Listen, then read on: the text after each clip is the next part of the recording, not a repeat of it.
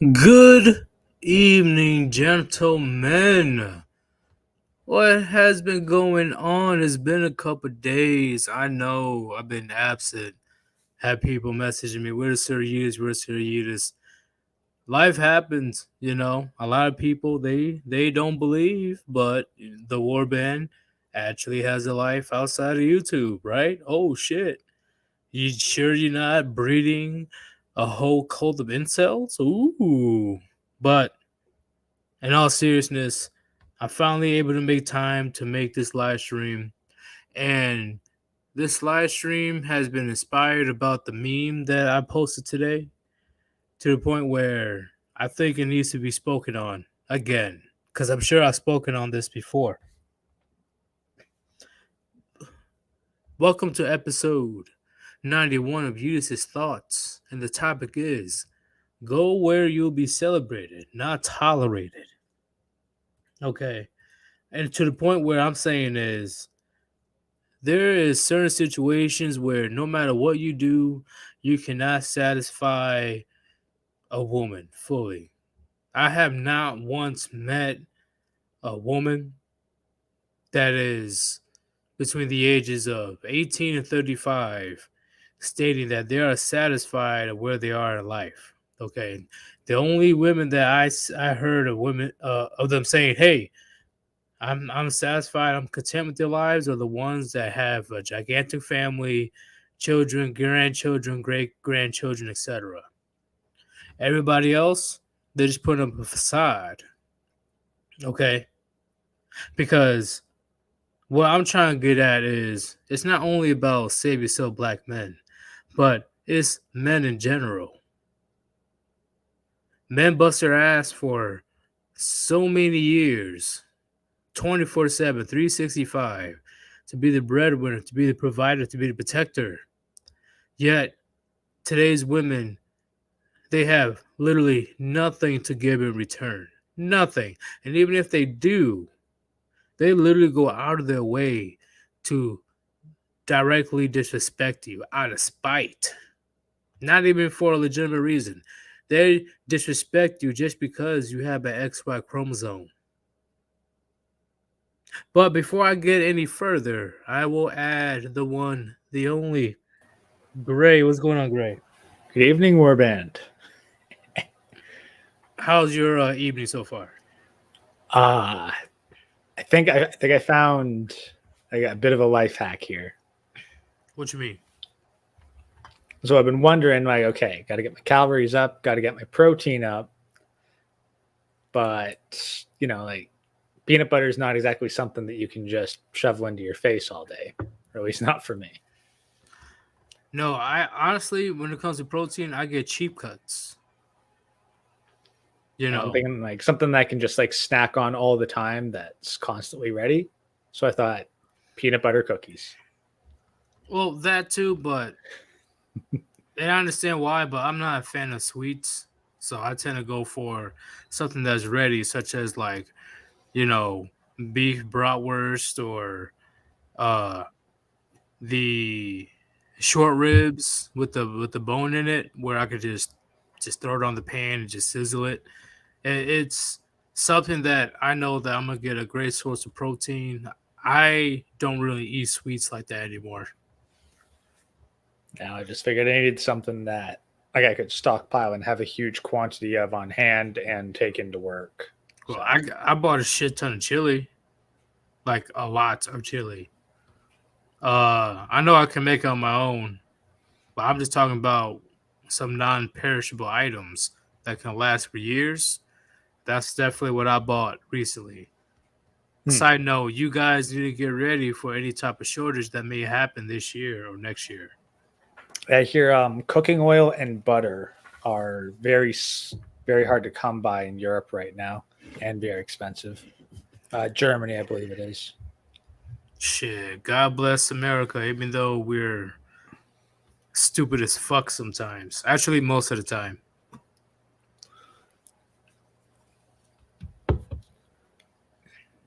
Sorry, I was drinking something. But based on the topic today, what is your uh, input when it comes to men in general because I was going to speak about black men, but men in general, go where you're celebrated, not tolerated, because I definitely have a story to speak on after you say your piece. Uh, on the short end, I'm definitely in agreement for that, because no one should be in a place where they're not valued. Like, I agree. and that goes like beyond just the laws. Like, if you are surrounded by people who don't value you, if you spend all your time hanging around with people who like barely tolerate your existence, and that's the entirety of your social life, you need a different social life. Even being alone is better than in that scenario. I see what you're saying, and then based pretty much why I'm bringing up this topic today is because I have a family member in the hospital, right? And right now he is definitely struggling with his health. And his wife was treating him like complete trash. I really had to refrain myself to not say anything fucking crazy, right? Because they don't comprehend what men like us perceive the situation. Okay, because we know about the Brifold's law, we know about hypergamy, etc. The fact that your husband of 13 years is going through a health scare, you're already looking elsewhere and looking down on your husband when he needs you the most. What do you have to say about that, Gray? That's the thing. It's honestly something I wonder about. When is it appropriate to like actually step in and tell a man he's being abused and he doesn't have to put up with that shit? I was honestly hoping that he would have some type of backbone, but he just stayed quiet. And I don't blame him because he's probably in a lot of pain. But at the same time, just the switch up, the complete 180 that he put on him, that is some concerning shit. Yeah. Right I don't when know. I get you're at your lowest point, probably the first time in your life, all of a sudden she lost all respect for you. Holy shit. and that's the key thing. It's like so many people will tell you like, oh well, who's gonna look after you when you're sick? You need to have someone in your life who'll do that. Women don't do that. When you are at your lowest point, that's not when they're there for you. They don't catch you. They leave you.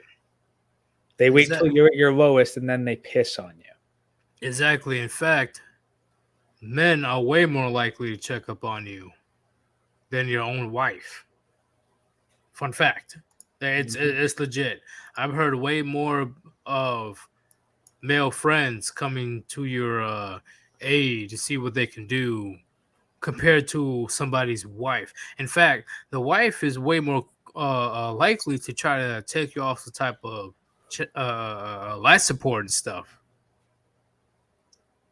Yeah. They're quick to send you 6 feet under. Because why? That good old life insurance. Oh yeah. Why That's, would you want that in your life, gentlemen? well, that's the thing. And you know they like it. If you've watched any like early afternoon or kind of daytime television that's catered to women, like Dr. Phil specifically, you realize women are the audience of that. And 99% of Dr. Phil is either consoling women or abusing men. I agree. And that guy, Pete, men are more likely to check up on you because they know what it's like to have nobody care.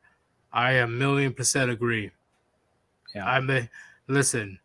I will go to my girlfriend's hospital bed in a fucking heartbeat if they needed me there.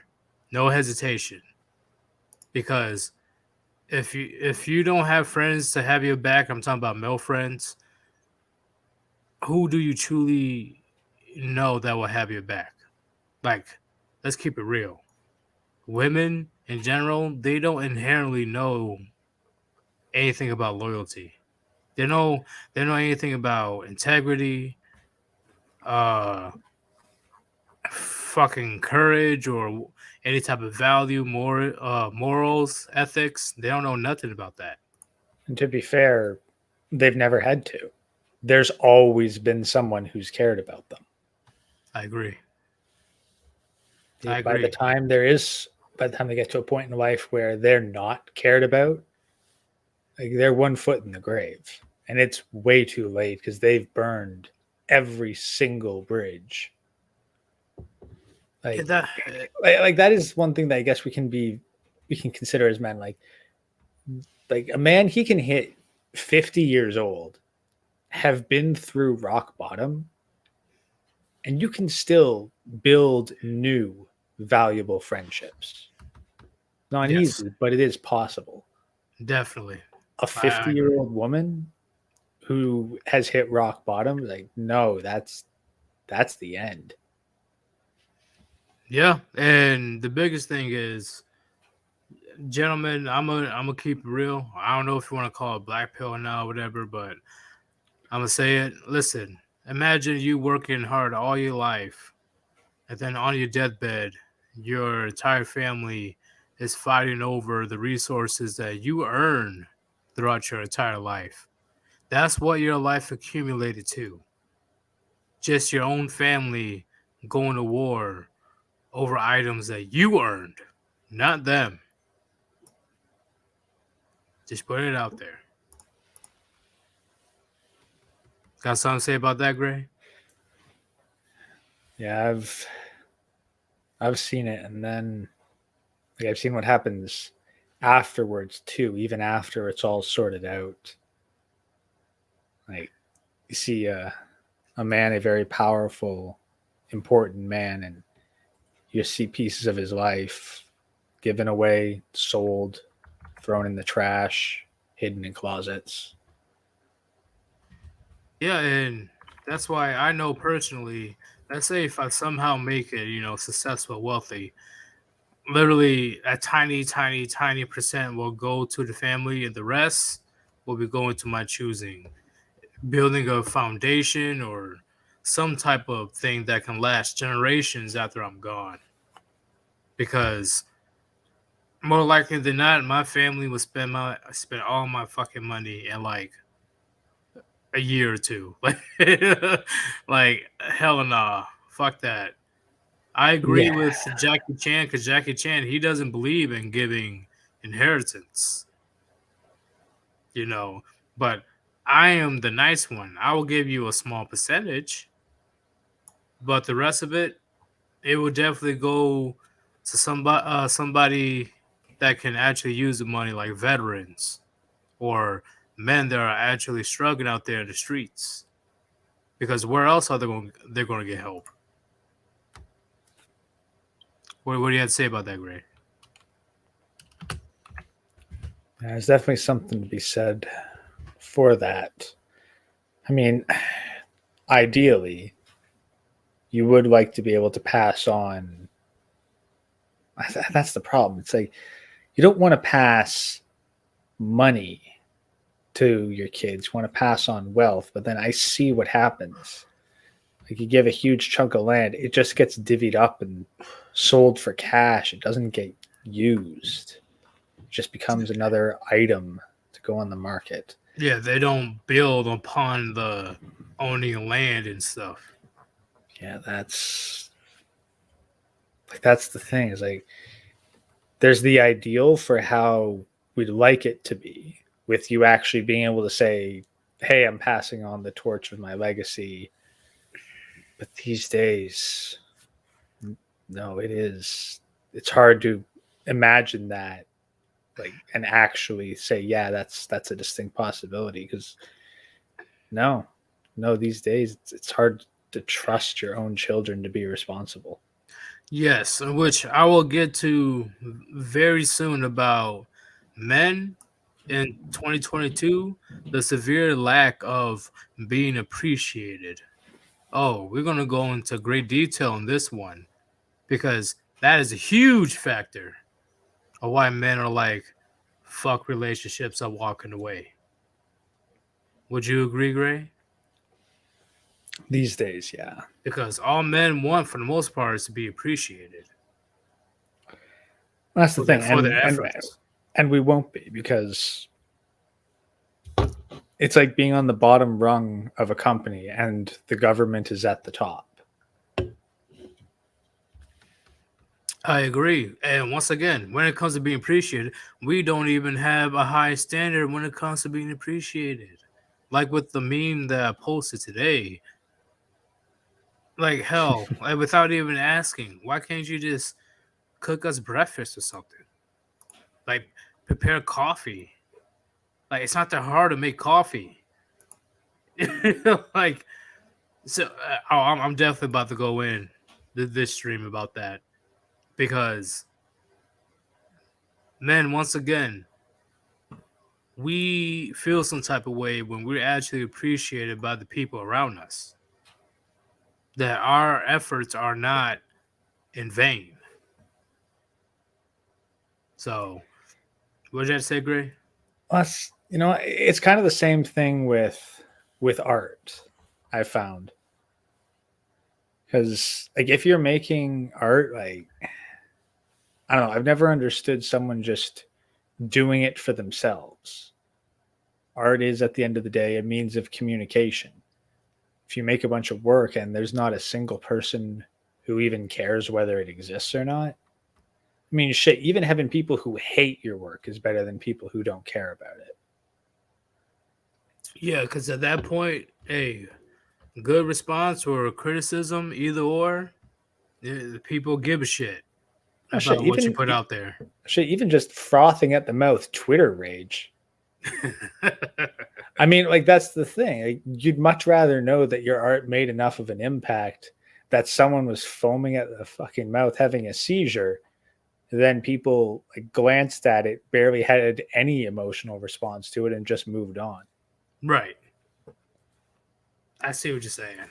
But we're going to start adding these people in here so they can, say their piece. But before that, chat, if you support my my channel, if you support Sir Yeetus or you support the Warband, go ahead, click on that link on top of the chat and donate to paypal.me/Sir Yeetus.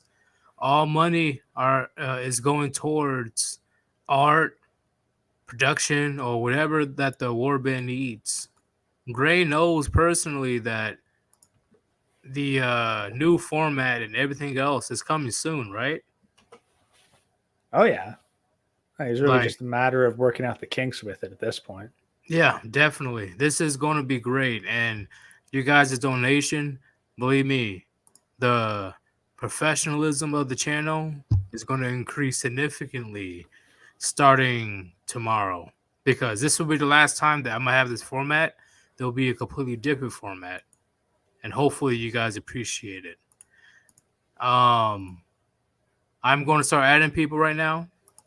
And what's going on, Nixon Talks and Placebo Effect? What's going on? I'm gonna start adding people right now. Angler MGTOW, what's going on? Yeetus, how you doing? Man, busy as hell this past week, but I'm glad I'm able to do a live stream. 6,000. I didn't expect to get this far. Like, I really did not at all. But with the help of the Warband and everybody is able to spread my my videos and stuff, like the subs, I'm telling you, man, if we're gonna hit 10K within a few months.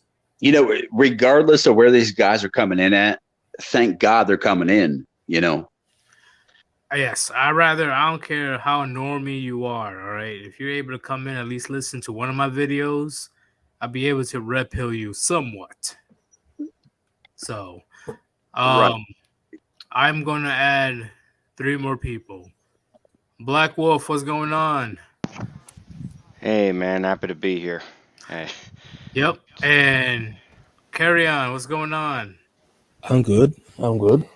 And YoungBuddha, what's going on? Yo, Punichi. Poo, Neaty. So Ooh, nitty. we're gonna start with England MGTOW. When it comes to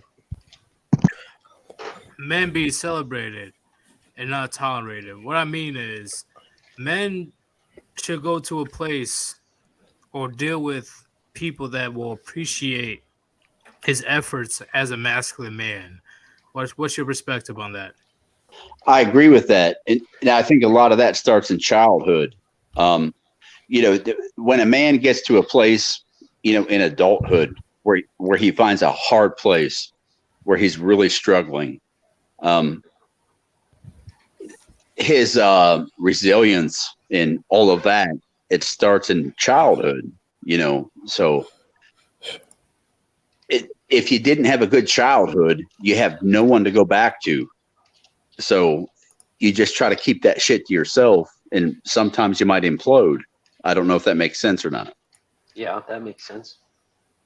I've seen it happen where people bottle up their emotions and then it spills out into everything they do. Anyway, sorry for interrupting. Yeetus, I would also like to go back to the point that you made earlier. At the beginning of your live stream, that talked about people standing over your bed and arguing over the things that the man that the man acquired. Yeah. And what? God damn. Could you imagine dying that way? I mean, shit, that'd be horrible. Ugh. I'll probably laugh. Honestly, that'd be funny watching people squabble for something that I like. Well, I'm dying. At least I get to have a show in front of me before I die. And I forget to mention, Mr. Pliskin, thank you for your generous donations. Okay, I've definitely been keeping track. You're definitely a real one. Actually, you're one of the first people that subscribed to my channel, I think. Thank you for supporting, man. I definitely appreciate it.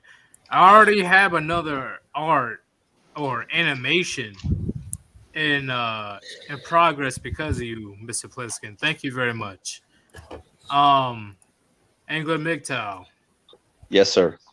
So when it comes to men not being appreciated for what they do, even though it's more prevalent in the black community, in my opinion, have you noticed that when it comes to modern women, they perceive manlyhood as servitude? Absolutely. And I think man, yes, it does. The reason why I'm stuttering here is because this whole thing could go down into a whole nother conversation. But I agree, man. I agree, because in this situation in society today, it is so insane on how men have the lowest of standards. Average men don't have high standards. Just for the most part, don't be morbidly obese and be 6 foot tall. yeah, like don't have a high body count, right? For us, right, in the Warband, we don't want any body count if you want a long-term relationship. Mm-hmm. But with the average man, don't be morbidly obese, don't be a bitch, and don't have a high body count. And they still can't get that shit right. Exactly. Yeah. Like, how the fuck you let yourself get so goddamn big as fuck? What the fuck? Are you serious? And then you're gonna go to those very same guys that you rejected when you were 18, 20 years old, because you try to go after Chad Tyrone. But when people like England MGTOW or Blackwolf, Kereon, Gray, or YoungBuddha are doing their own thing, doing great things with their lives, now when you're used up and you slept with hundreds of fucking dudes, which is possible, now you want to give them a chance for a long-term relationship? Fuck you. Well, you know what, bros?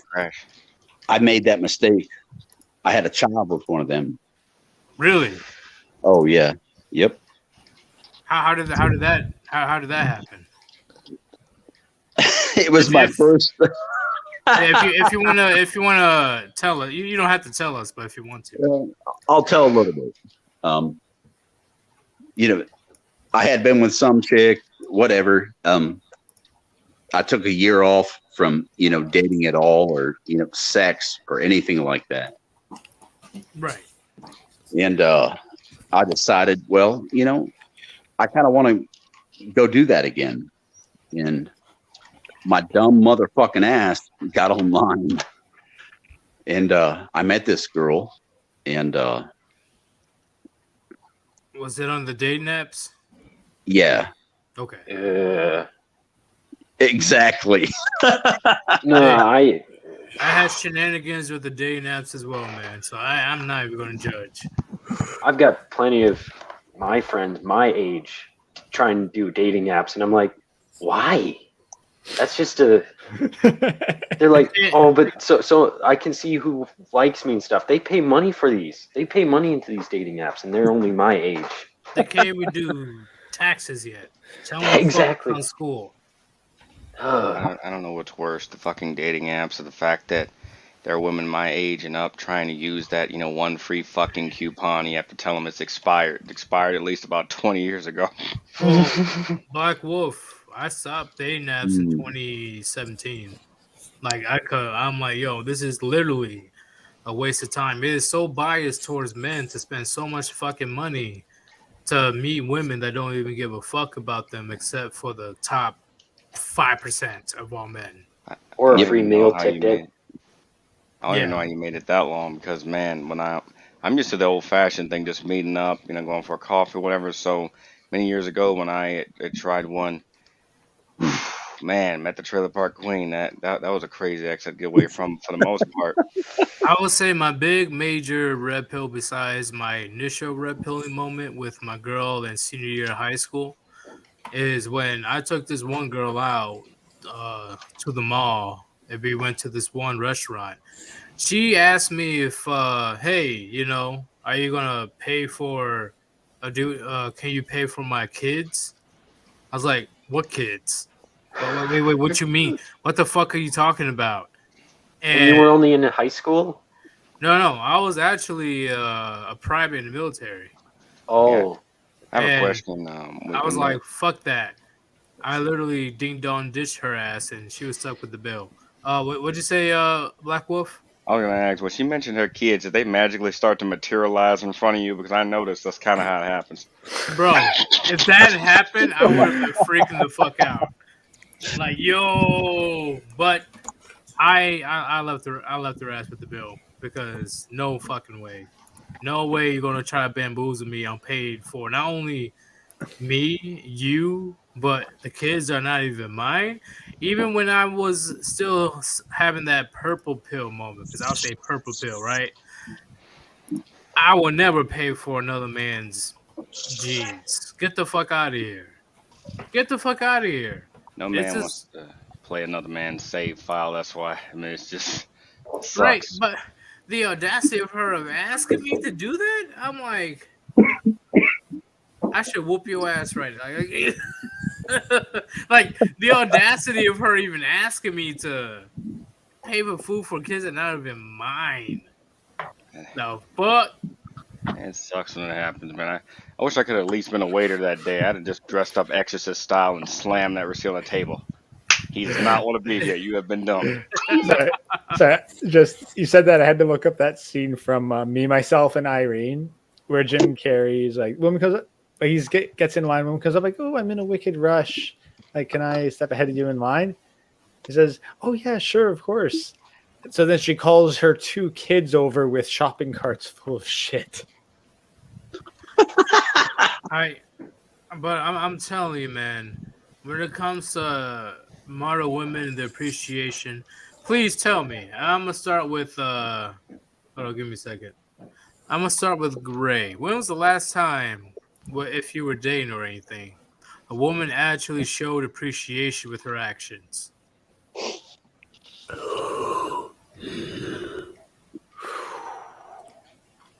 Yeah, I know it's a difficult question, bro. I know.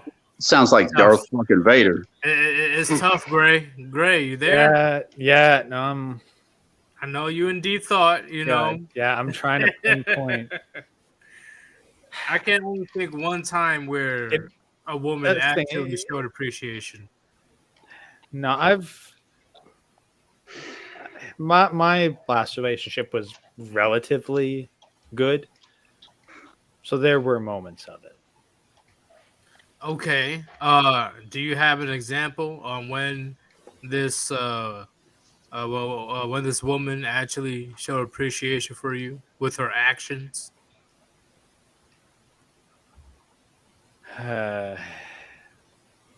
Even if it's minor, like even the most minor shit, because men, we recognize, we can tell even the most minor gesture that they do. All right, fine. I'm just putting it out. I was in shit with my landlord at the time, trying to get like my last month's rent out as a security deposit, and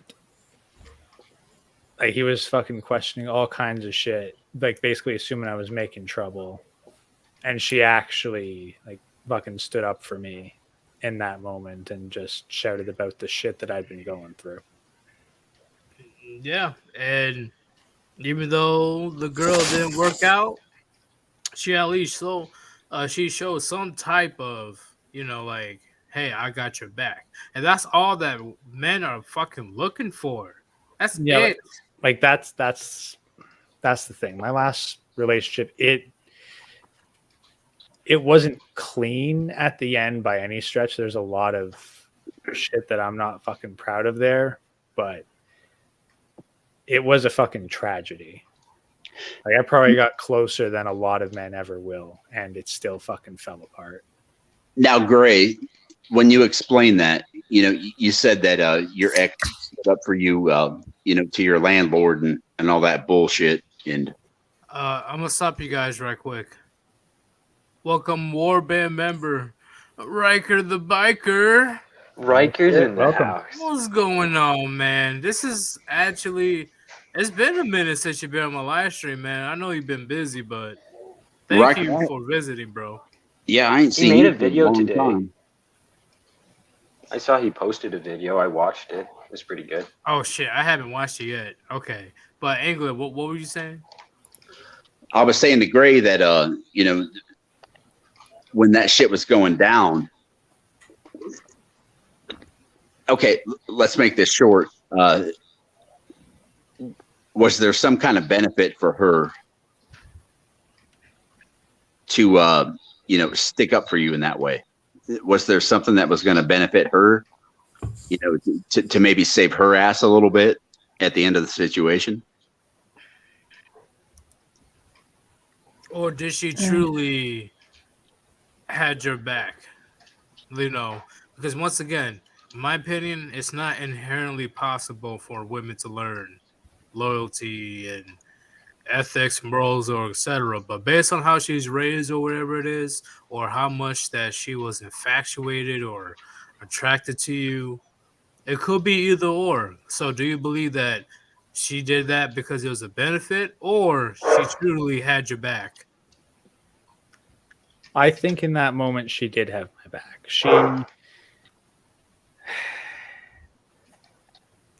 That's the thing. All right, who has a dog? It was like she was. They tried. YoungBuddha, is that you? Sorry, it's my sister's dog. She can't control it. Cook it. Cook the bloody dog. She better be dead ass lucky. I love dogs. I fucking love dogs. You weird dog. But hey, man, yeah. Oh, YoungBuddha already did it. But continue, Gray.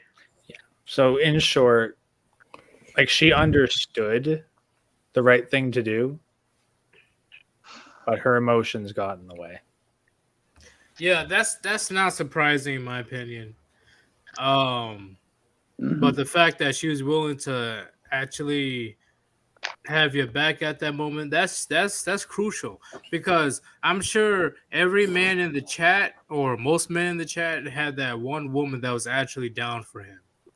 Like I'll be completely honest. fucking college and fucking social justice ruined her. Oh, The indoctrination camp for feminists. Yeah, like I tried to go back. I saw it fucking destroying her psychologically bit by bit. They cut. She shaved half her head and fucking talk about pointless bullshit like the wage gap. Well, no, it was more. She had a lot of internal emotional conflicts. It was more the. Was her dad around? Kind of. Like, so that kind of explained the situation. Like that's her. She. God damn. Okay, I'll give some. I'll give some of the details here. I am not particularly comfortable talking about this because it's a part of my life that I am very conflicted on. Bro, don't get me wrong. There's this one girl I dealt with. I'm still conflicted on till this day. Yeah. So, but I'll give a couple details. Basically, what's up? Like her mom kept her dad out of her life for many years. Not surprised. And it was only later in life that she was able to somewhat reconnect with her father. But she didn't have that strong male figure growing up, and her mother was quite abusive. I am not surprised whatsoever, man. I am deaf because that's very, very common. That's why I put the "Save Yourself, Black Men" in the title. The black community has a huge issue when it comes to that. Daughter or son suffers when it comes to this single mother household.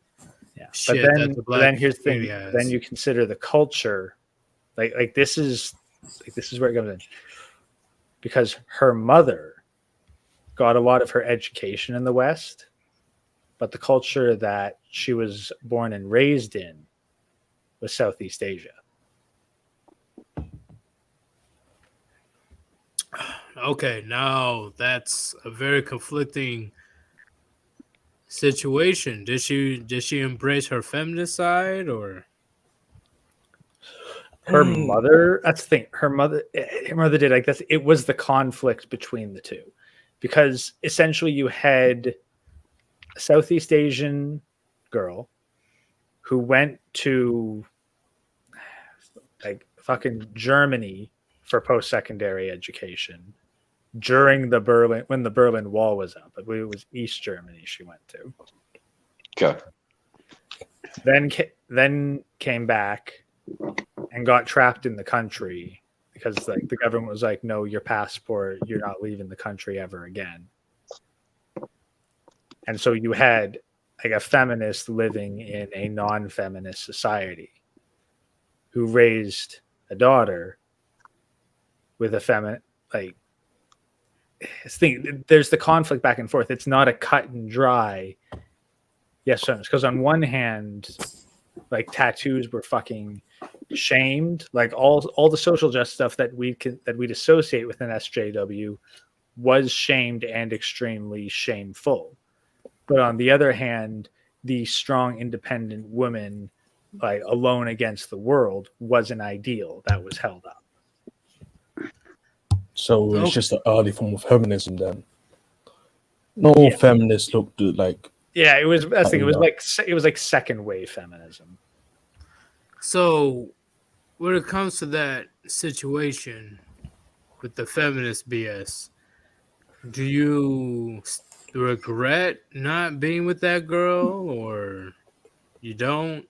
Like, what's the premises?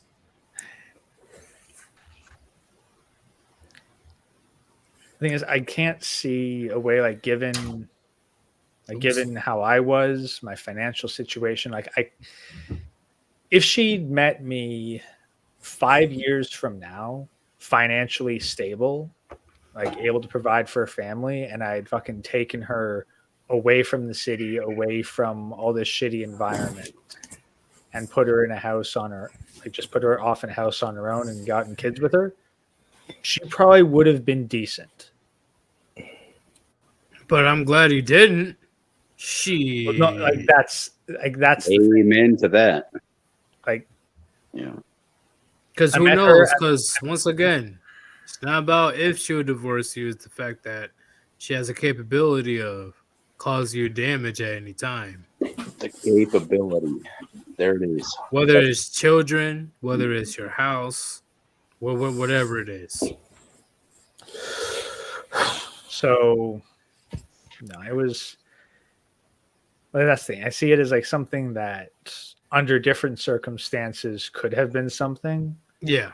But as it stands, it's a valuable lesson that could have been far worse. She wasn't a bad person, just a very I foolish agree. person.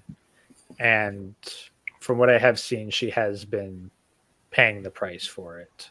Yeah, I definitely agree, man. There's girls in our lives, right? Or the women, if you met them in college, right? Yeah. They weren't bad at first at all. It's just when the years went by, they went to the indoctrination camps. I think some were bad before. Like there's definitely some that were. Yeah, some were bad before, but also it was a good amount that were bad when they hit the college stage. Yeah. Are you sure they weren't bad, or they weren't just bad enough yet? I believe that most people have problems. I see what you're saying, but based on my experience, there's definitely a lot of girls that were trying to go out do bad things in college. You know, they just got exposed to what happens in the real world, right? And they meet men that are players and stuff, and without the actual right guy, like as a weak father and a feminist mother, it's too easy for her to get passed along the crew of like 50 plus men within the first semester. I think a lot of this as well, Yeetus, and to try to get back to the root of the title of your post and what I think your stream is about. Right. It goes back to culture and how much culture is being pushed together. Like it's not being allowed to become friendly with one another. It's just being fucking shoved together. And I don't think that's working out too well. Like I said before, like the women are all the same around the world. It is what it is, right? It is what it is.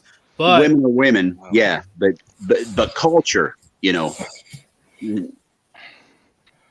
Culture is really nothing but the backhand that keeps them in line. Culture and laws, right? Because like how our hands are tied as men in the West, their hands are tied in non-Western countries. But the difference is men don't go out there trying to take advantage of every single woman as possible, take them to court and all that crazy stuff. No. Men, they know the definition of responsibility, accountability, and sacrifice. We just know better. I wouldn't say all men. No. That's a rare majority of men that I didn't mean all men. I didn't mean all men.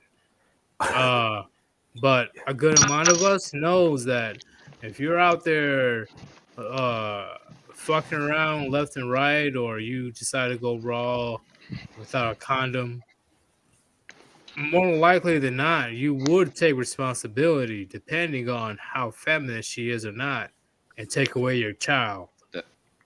The thing is, most men have the cognitive ability to know what consequences are, including the bad men. They know that if they do an A, B, and C, then possibility of A, B, and C are possibly going to happen. And as for women, yeah, and I'll take the hit on it. I've often referred to them as retarded 9-year-olds. The culture is just a backhand that keeps them in line. along with the legal system. I agree. Don't get me wrong. Women are smart. Don't get me wrong. I'm just talking I don't know about. about that. Wait, I don't wait, know. wait. I'm just talking about intellectually, like book smart, right? But when it comes to common sense and everything else, they're the fucking worst. They like I agree with Blackwolf. They have the emotional maturity of a fucking child. So once again, when it comes to women trying to do some good things out there, of course they're able to do some good things out there. I'm not taking that away from them, but maturity wise, emotionally wise, they should not have any type of political or authoritative power I agree in with that society. 100%. Yeah. Because I am not going to say that all women are stupid. No, there's actually women out there that can do some great things. Well, But when it comes to position of power, hell no. It's kind of like this. Most people would not let their 10-year-old drive their car. Now, there are some very intelligent 10-year-olds out there, but I don't want them running the country. I see what you're saying, but like how women they work better in certain circumstances besides politics or engineering and all that stuff. They are a lot better with when it comes to being the person that delivers the babies, being a nurse, teacher, being able to be exercise their nurturing power, because women are more nurturing and caring than men uh, on average. So that I'm not going to say they can't do that. But when it comes to being a place of political power or any type of authoritative position, hell no. nope. And back to the culture thing, I don't think it's a backhand type thing. I think culture is very important to try to recognize right now. We're all talking about these race wars and all this fucking bullshit. And I've even heard the word come out, culture war, that we're in a culture war. And that maybe we do. Hold on, please. And that we need to sit back and pay attention to each other's cultures. And we need to be more polite about approaching each other's cultures. Of course, we're all being pushed together. We're all being forced to do these things, but that doesn't mean that we can't do our own things on the sidelines and not act like I'm pushing myself on you. I just want to come in and shake your hand and say, hey, man, I'm curious about your culture. I would like to taste your food. I would like to get to know you. And it goes from there. Well, it's like me going overseas, right? What I do in America does not fly in other areas of the world. Whatsoever. When you're in somebody's country, totally different country, you follow by those rules, those cultures, all that stuff. And I fucking loved it. I loved 120,000 times. I loved every second of it, because once again, you gotta respect, like what Angler MGTOW is saying. You gotta respect their culture and their way of life, because this isn't your home; it's their home. Anywhere in the world you go, I was gonna say for anywhere world you go, you have to assimilate. Some cultures are incompatible to the extent where I'm not gonna try to live America and Japan somewhere. I mean that everywhere feminism is touched is turned to the epitome of hell, pretty much. So when you Right. get to a place, you don't endorse that which is a pain in the butt. And I'm just saying, I'm Somewhere else. black as fuck, right? Like, do you know how many Koreans stared at me like a motherfucker? Like, yo, like, why is he here? But I had an issue with the older Koreans than the young Koreans. Young Koreans, they know what the new society is all about. But even then, I had to sit on the floor. I had to eat with chopsticks and all that crazy stuff. And it was one of the greatest times of my life. I loved it. You should be able to respect other people's cultures and not interfere or try to disrupt it. You know, assimilation, it's a word. I don't know if it's well, of course it's a made up word, but anyway, but is that just another word to keep us from shaking hands and doing stuff like that? I mean, look at things like, Christ, man, we got, how many Chinatowns are in the United States right now? I mean, there's a lot of those.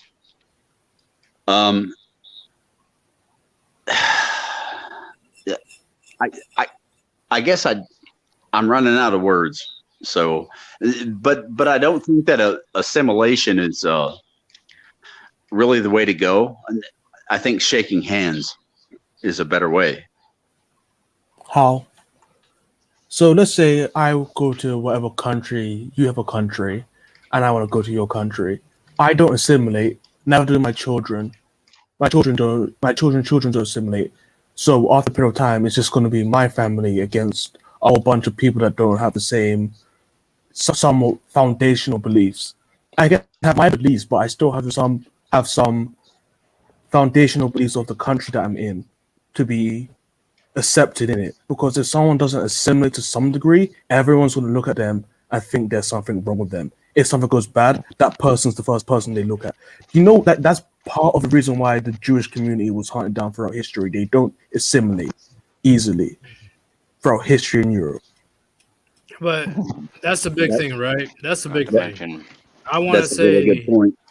yeah, I want to say, hey, when it comes to men, we can definitely go almost anywhere around the world and have a family. Women, they can't really do they can't do what we can do, because men, we have a prerogative to spread our seed, and as long as you have some type of resources or have those key genetics, women won't question you. Men are capable of shaking hands. Yes. Exactly. They won't question you as a man if you actually have what they want. And once again, all women are like that. AWOL. Shaking hands is good, but the reason I say assimilation is due to this fact. Even if your stuff is straight over there, you want the general culture to continue. So assimilation to some degree. For me, it doesn't matter what people do in the confines of their own home, but there is a level of an expectation to assimilate, because refusal to do so is actually divisive. And A lack of assimilation is how you get ghettos and reservations. So here's the big question, and me and Under Chronic will be talking about it later, okay? Do you believe that women... Wait, hold up, Angler and MGTOW. Sorry, man. Do you believe that women have a nation? Nope. Because No. me and Chronic, we'll be talking about this later. Do you believe women actually have a nation? Like they will associate with a nation no matter what? Oh God, no. No.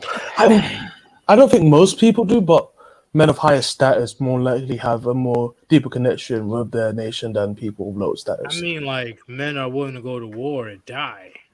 Yep, yeah, but they're countrymen. not going for their nation. Women Most of don't the die time. for their country; they just live in it, kind of like a cow.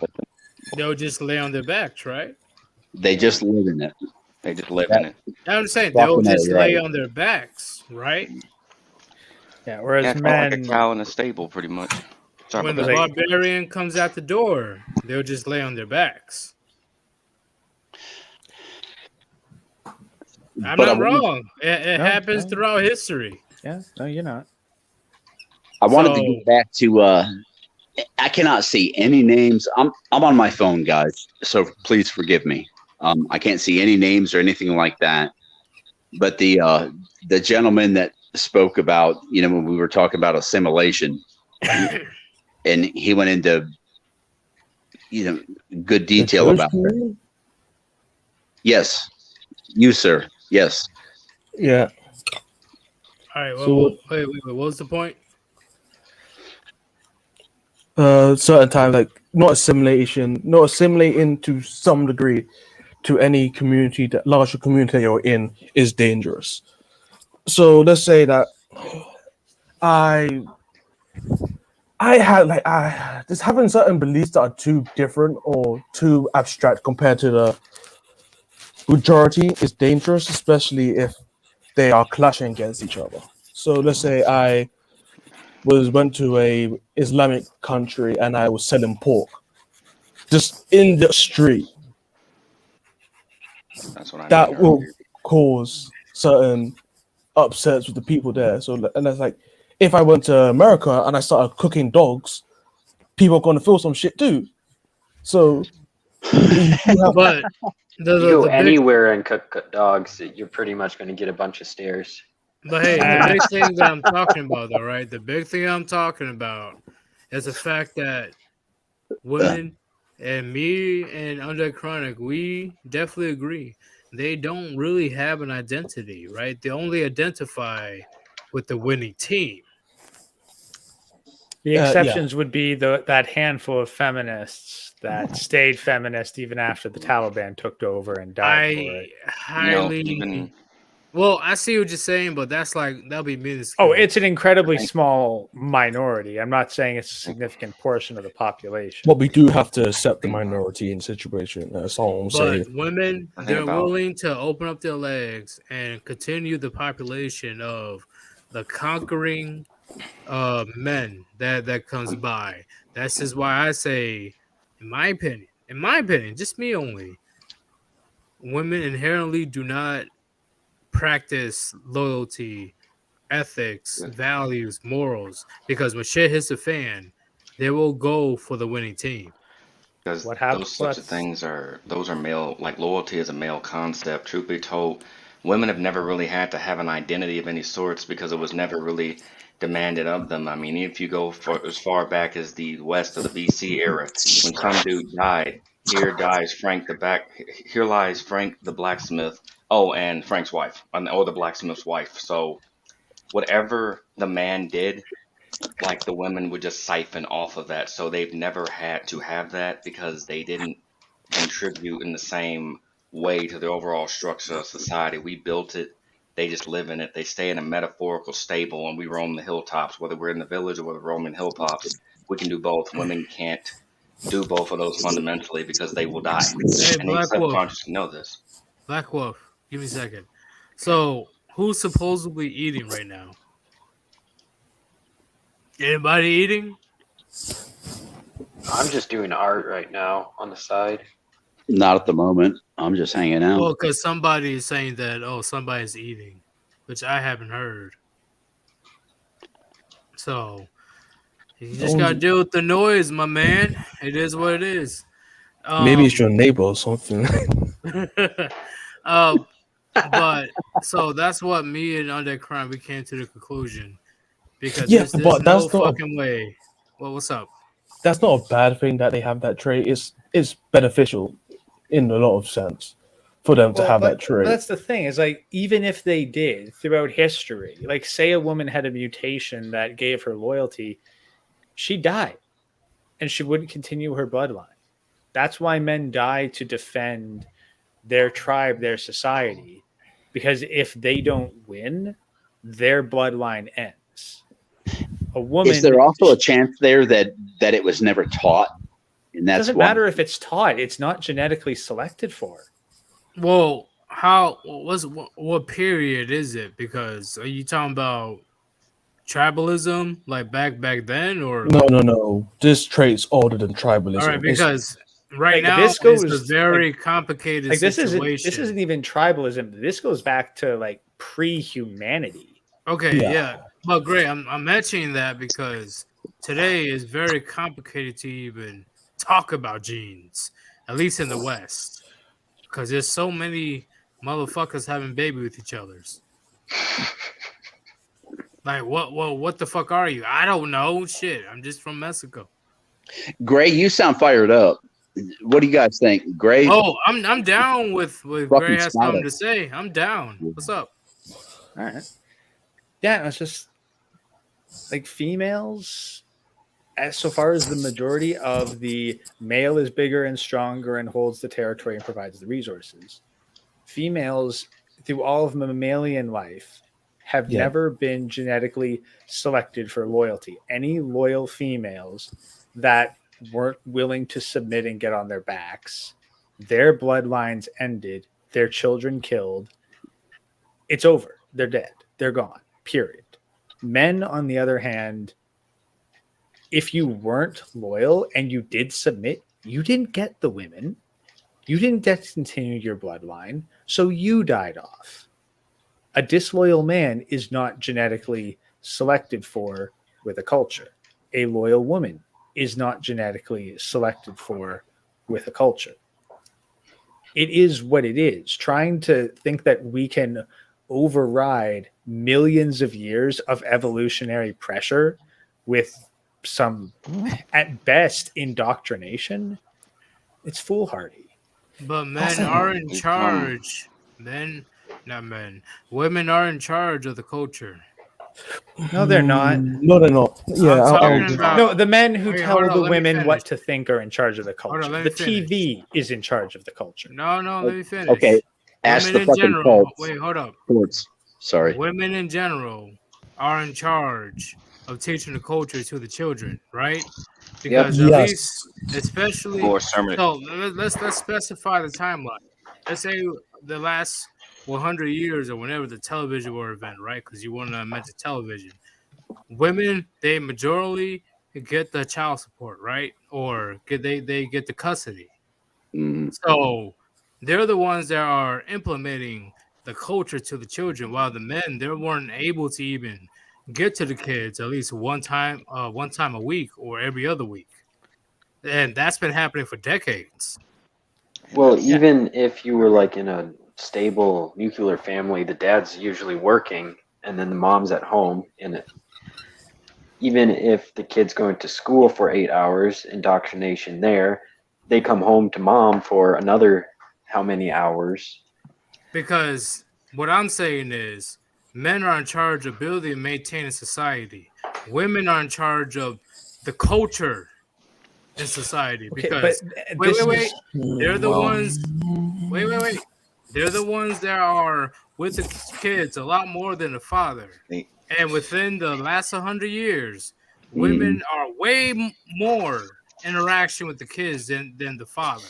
Okay, well, let me rephrase this then. Who is in charge for telling a story? The book or the author? Gray, do you have children? Can I get my question answered first? Of course, yes.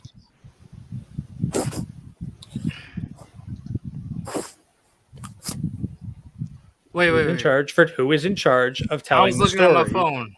Who's in charge of telling the story? The book or the author? Well, shit, either or, right? But I would say the author. The author. There you go. That's the thing. The women are not in charge because they didn't invent it. They were told it. They're parrots repeating. They're empty vessels that are filled by the outside. But like I said, the last 100 years, dynamics has changed. Even still, that's because men have been lacking. So we can say, wouldn't that prove my point still? The thing is, like you're shooting the messenger. You're blaming the messenger for the message. I don't agree with that whatsoever. Yeah. I blame the storyteller, the one that's telling the story, because they can manipulate the story. They know the story, but they can also. Hey guys, my food is coming soon, so you guys go ahead. Like, you continue. Okay, well, I'll pause it. The person that interprets it. Women control. I'm sorry, Gray. Go ahead.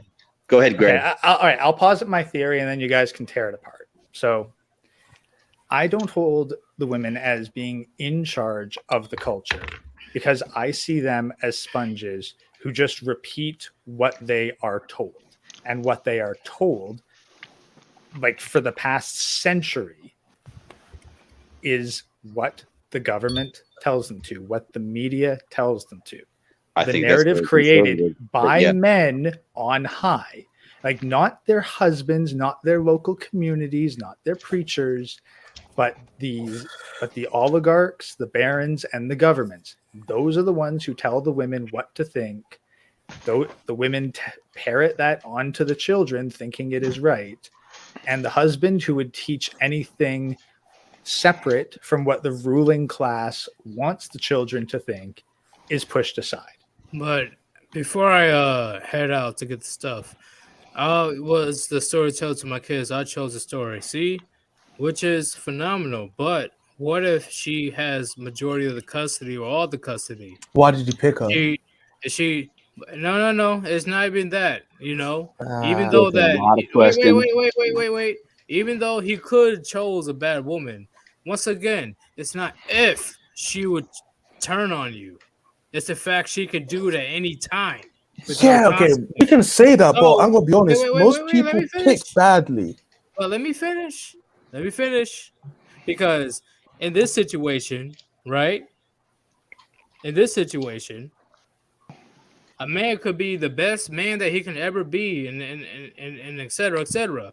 And the woman can be the best. Because once again, I know couples that they're both doing great in life, but just because she feels out of love, she can easily rip the kids out of that man's arms.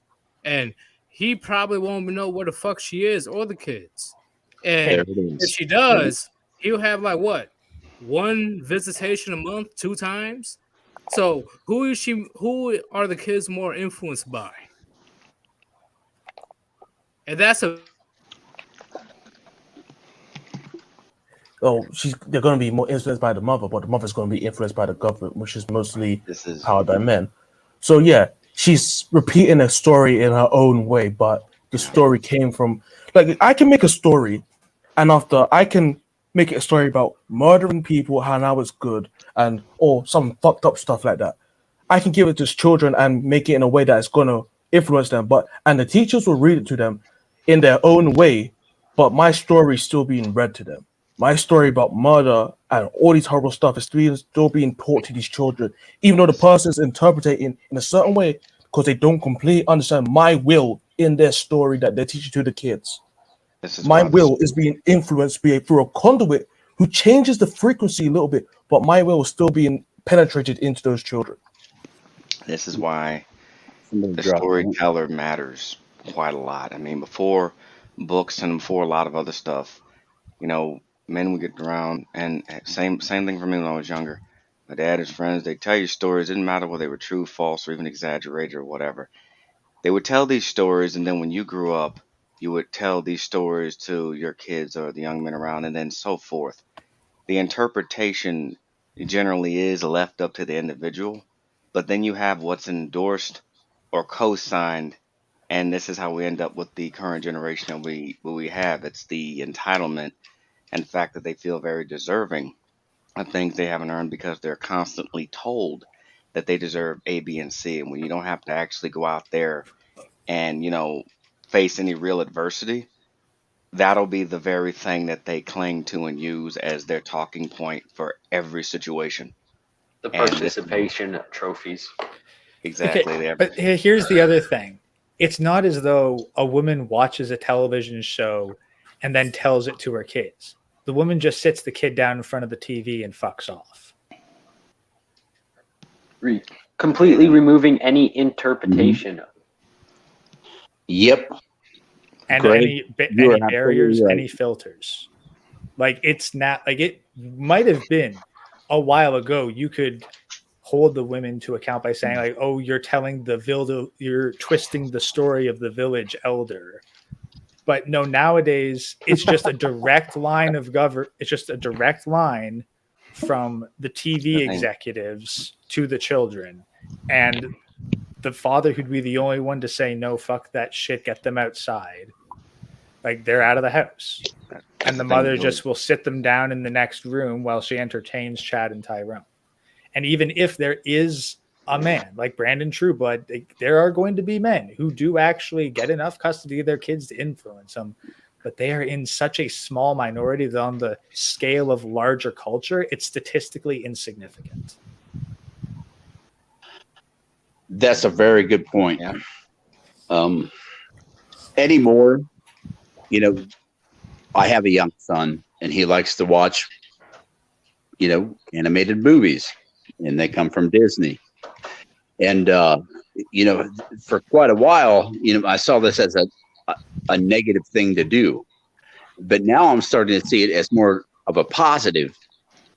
So okay, let's put them in, let's watch them, and when all the bullshit comes up, I'm going to call that bullshit out, and then he says why, and then I can explain it to him. And That's the thing, though. The village elder's practically been removed out of any real form of power. Even if the dude is there, there's no real authority behind it. So women God have been given fucking that damn. position. Hey, hold up. My whole computer restarted. That's why I left. Wait, what? Well, the stream What stayed the up, so fuck? we've just been chatting here. Thought you were Yeah. Sir it was Yeetus, some your dungeon bullshit. is getting low Wi-Fi. No, it's not the Wi-Fi. My whole computer, the whole system restarted. Yeah, probably. I don't know, update or on some something. update bullshit. But that man, that pissed, bro. You guys didn't want to hear my language. I was not in a good mood. But But what you guys were saying? we do want to hear your language. you were talking about Yeah. how village elders have been taken away. Yeah. The Well, West doesn't take I was- elders seriously. Well, that's the village Because- elder no. has been replaced by the government, and removing the father from the household has removed the last filter between children and the government. And not to mention, even if he was There there, it there's no fucking authority. is. That's it, right fucking there. Sorry, y'all. No, it's go all ahead. good. I'm Well, it's gonna all No, I'm it's gonna fine. add more people. I was just saying, even if he was there, there's no authority to back like what he says, and so this is why. I mean, forced assimilation or any kind of assimilation is very, very necessary. Old But me would have never believed that, but the thing about it is, some cultures are incompatible, and some people just should not be up there trying to promote the weird SJW crap when it's neither needed nor necessary. It causes unnecessary division, and truth be told, pisses people off. hey, Kind of yo, like give me a my- second. Give me a second. Joey, what's up? Hello. And I'm gonna add MGTOW Forever. MGTOW Forever, what's up? Oh shit! You bringing both of us on at the same time? What's up, y'all? What'd you Stop say, lagging, MGTOW motherfucker. Forever? Oh no, I heard Joey coming in. He was waiting, and then I didn't think he'd bring two people on at once. See, I want everybody in here to have a good conversation because where else are we gonna be having this, Right. What name? The other guy, Brendan Trueblood, was saying that Madara wanted to get on here. I don't left. see He, him. he was in there in the Oh. StreamYard lobby. I don't know if he left or not. I don't know if it happened when my computer decided to restart, but I'm gonna start with you, MGTOW Forever. All right. What are your perspective on men not being appreciated whatsoever when it comes to dealing with a woman or just society in general? Man, I've grown up with that shit. How so? My mom has been married 8 times. 8? Yes. 8? Yeah. God damn! You think celebrities are bad? My mom did much worse. Hey, I'll be right back. Go ahead, continue talking. All right. So it's all bad with all 8 of them. My dad, she actually liked my dad the most. But the guy that she did the worst was the richest guy she was ever with. You guys will never believe this. It went good for like almost 10 years. And about year 6, year 7, started to get, I'm not happy. And because it was just too boring, too stable, too perfect. Spend all the money she wants, get any car that she wants, go on vacation, like do anything that she wants. Have all of her kids paid for by him, and they're not even his kids. He had 1 kid, my mom had 5. She got bored, and then he's like, all right, okay. You could go have all the fun you want with all the guys you want. Just come home to me. No, not good enough. Threw it away. Divorce raped him. He kept his company. She took the cash and prizes. Broke within 5 years. Now she's more depressed than ever. And I don't feel bad for her one bit. But at the same time, I can't really She accept. appreciated nothing from him. He bent over. What kind of guy? But yeah, go have all the fun you want with guys. And have all my money at the same time. Well, As long as you come to me. And be your fine with ex, whatever he was, he didn't respect himself. That's why it didn't just start off with her he did trying to go with other guys. She started off with small shit and after started to grow. Yeah, yeah. No, it started off in the beginning. Yeah, small shit, and then it grown and grown, and yeah, that's why it lasted 6-7 years until it just escalated quickly. Yeah, and now, like most people say, like, oh, the girl just switched up on me out of nowhere. Like, she didn't really switch up on you out of nowhere. Like, she was doing bullshit in front of your face. It was small in the beginning, and after it grew, and it's like, bow. So most people don't step down when they see, like, it's like when you have a dog or a child. It's like when you see a child doing bullshit, and you just let the child keep on doing that bullshit, it's going to grow until it becomes dangerous to you or someone else or the child itself. Yeah. Oh, go ahead, let them touch the fire. They'd be like, hey, I bet you won't touch that shit again. Yeah, but when she touched, like, if the girl touched the fire, you're gonna go and pamper her. Instead of like, you touched the fire, I'm not gonna do anything. So like, I'm different then because I wouldn't give a shit. Yeah, but guys, forever. Yeah, you and I, we have a lot in common. Our stories are not identical by any means whatsoever, but we have a lot in common. Oh, I missed the story. His mom had like 18 husbands or some shit. And the marriage, yeah. Well, okay. eight of them, but the one she really regretted and still regrets to this day. And the thing is, she was just seeing what she could get away with. And once he said you could date other men and fuck other men, basically like Will Smith, as long as you just stay with me, that's fine. Yeah, it was game over. As soon as he told her that was okay, yeah, it was game over. God. She didn't have to work a day in her life the rest of her life. She didn't have to work ever again. And that was like 40 years old. Now she's like 55. She didn't have to work a day in her life ever again. And nope. She wanted young guys. Guess what they did? She paid for everything. They drained her. All the boy toys drained her. And yeah, within 5 years, broke. Went through, she was getting $16,000 a month, along with a $1.5 million house that was paid off in California in the country club. And she got like $2 million in cash. Jesus Christ. Of course it's in California. Why not? Yeah. That kind of shit, that kind of money that you get when you divorce a dude, it normally happens in California. My goodness. I mean, I got to benefit from some of it, but I still felt bad for him. I mean, I was in high school as a years old, driving a brand spanking new Mercedes. So, I mean, at the time I didn't care, but now, not just now, like about 5 years ago, whenever I was 23, 24, reconnected with him. Me and him were still cool. He was a good dad. And I keep him updated on how everything's going. And yeah. I totally agree with him. My mom was a fucking psycho, but no, me and him are still cool to this day, though. He lives in Hawaii. Went from country club in California to country club in Hawaii. Retired, single, live in MGTOW. He's not MGTOW, but I mean, he technically is. Just golfing and just doing whatever the fuck he wants in Hawaii. How are you? How are you with yourself?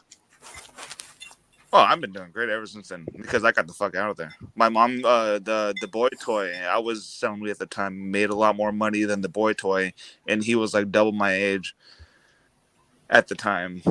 And yeah, we almost got in a fight, and my mom chose him over me. And when she went broke because of him, I don't have anything to do with her anymore. So you chose him over me. I warned you. I told you what he was doing to you. He was playing. And because he's 10 years younger than you, you wanted to keep him, and I'm like, dug your own grave. Yeah, I'm no expert, but I doubt it's a good ending to the story when there's an 8 in the marriage count anyway. You know what I mean? I mean, she 8, chose a 18, boy 80. toy over her own son, and I was always Yeah. a boy. I always love my mom. Okay, No, that makes sense that she will choose that. that right there, I want to ask you again. How are you doing with yourself? Are you okay? Oh yeah. No, I went back to my dad's and got my own place after like a year, and then yeah, I've been doing fine ever since. Well, back Your mom seemed like someone that definitely had problems that she never fixed before. I'll just say most people have problems and they get a relationship trying to find a way for the relationships to fix their fucking problems, and that's why there's so many fucked up people in relationships.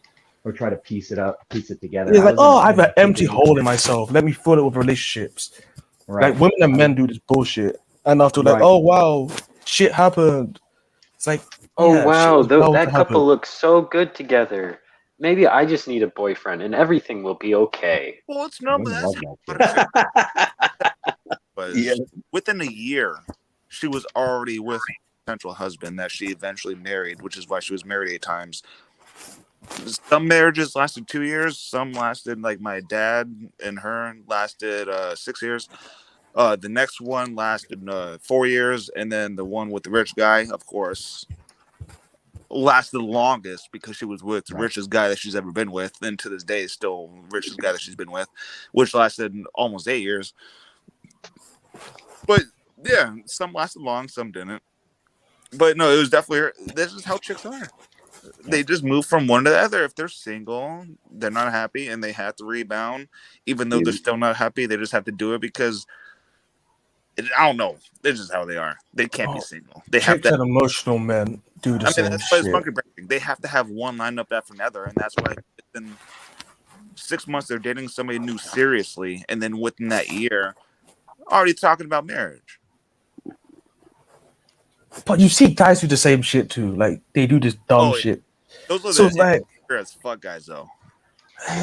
Those are most guys. Most Or guys do this really bullshit. bad where the cure the pain to make themselves feel better and not feel so bad anymore. Yeah, they replace the woman they lost with another woman they love, and they get taken advantage of because they want it so bad, although they rush it and it's not the right woman, and then they get screwed over again, and it's damage.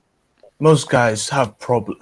Most people have problems that they try to hide from, and they try to subsidize with addictions and other bullshit with people and so on. So most times I see someone just jump from relationship to relationship. They're trying to find something.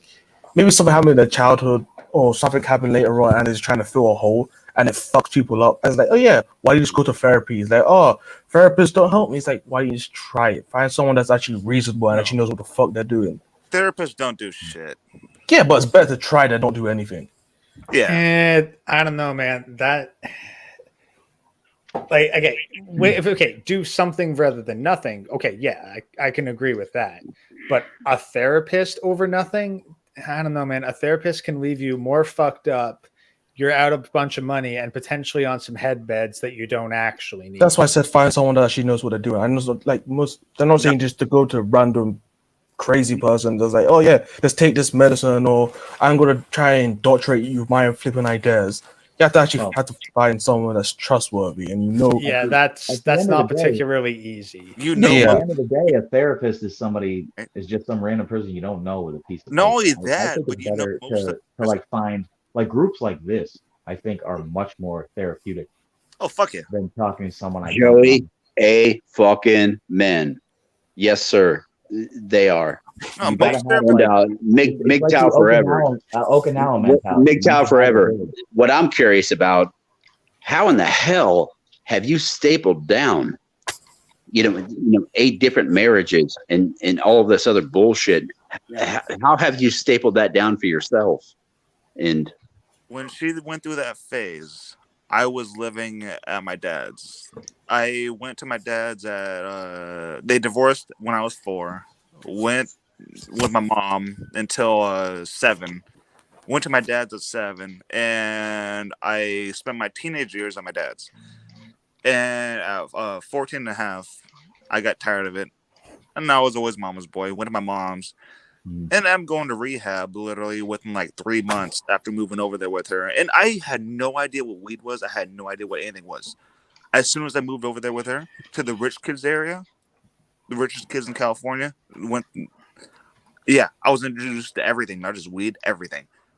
Rehab within 3 months in Utah for 6 months until I manipulated my way out. Because I mean, I had problems back then, but I was still a smart kid. I still am, but I was You're still a kid. Yeah, that's the only reason why. Because I was with my dad in my teen years. I don't even want to know what would have happened to me if I grew up with her. So yeah, after she went through like 5 marriages between when she left my dad and then found the rich guy. So I was lucky to be stuck with my dad. I mean, I hate my dad, but I love my dad at the same time because he taught me a lot of good things. Like my mom wouldn't have ever taught me. But that's the reason why I actually got through that time period of my life, because I was with my dad. My dad was single mom. He was single dad, and my mom was single mom until she met the rich guy. After she had all those bad divorces with all the pieces of shit that she chose because the rebound phase, until she found the rich guy. But yeah, that's the only reason why I survived it, because my dad. And he had 4 boys. It was 2 older brothers and 1 younger brother. Half brothers or? Yes, yeah, oh yeah, oh man! Don't even get me started on my family. Okay. I'm not, bro. I'm not. I'm just asking. 2 half brothers. One's dead, and that's by his own fault. Got killed by Hell's Angels because that was his fault. Ooh. And then a younger brother that's also a half brother. And then 1 older brother that's half brother that's still alive. And then I have 2 half sisters. And then I have another younger half brother. And then I have 2 stepbrothers. And that's it. It's hard to keep. Hey, I'm here. I just had to take a important phone call. Because they got divorced. Yeah, a big, crazy family. Bunch of half stepbrothers. What I missed though, because I had to take an important call. MGTOW Forever's family it's forest. Not a tree, a fucking forest. Yes. Jesus, bro. MGTOW Forever. I got 4 half siblings out there that I mean, I've had a little bit of contact with some of them, but I don't think it's really ever gonna create any fruit or anything like that. But so your family likes to have a lot of kids? Oh fuck yeah! No, my family, they populate like rabbits. Not me, but my family. Well, in my opinion, I think that's a positive, in my opinion, to have a large family. No, it is. I've known way more dysfunctional families than mine, even though we have so many half and step brothers and sisters and everything. We also get along pretty fine. Well, younger, not so much, but now that.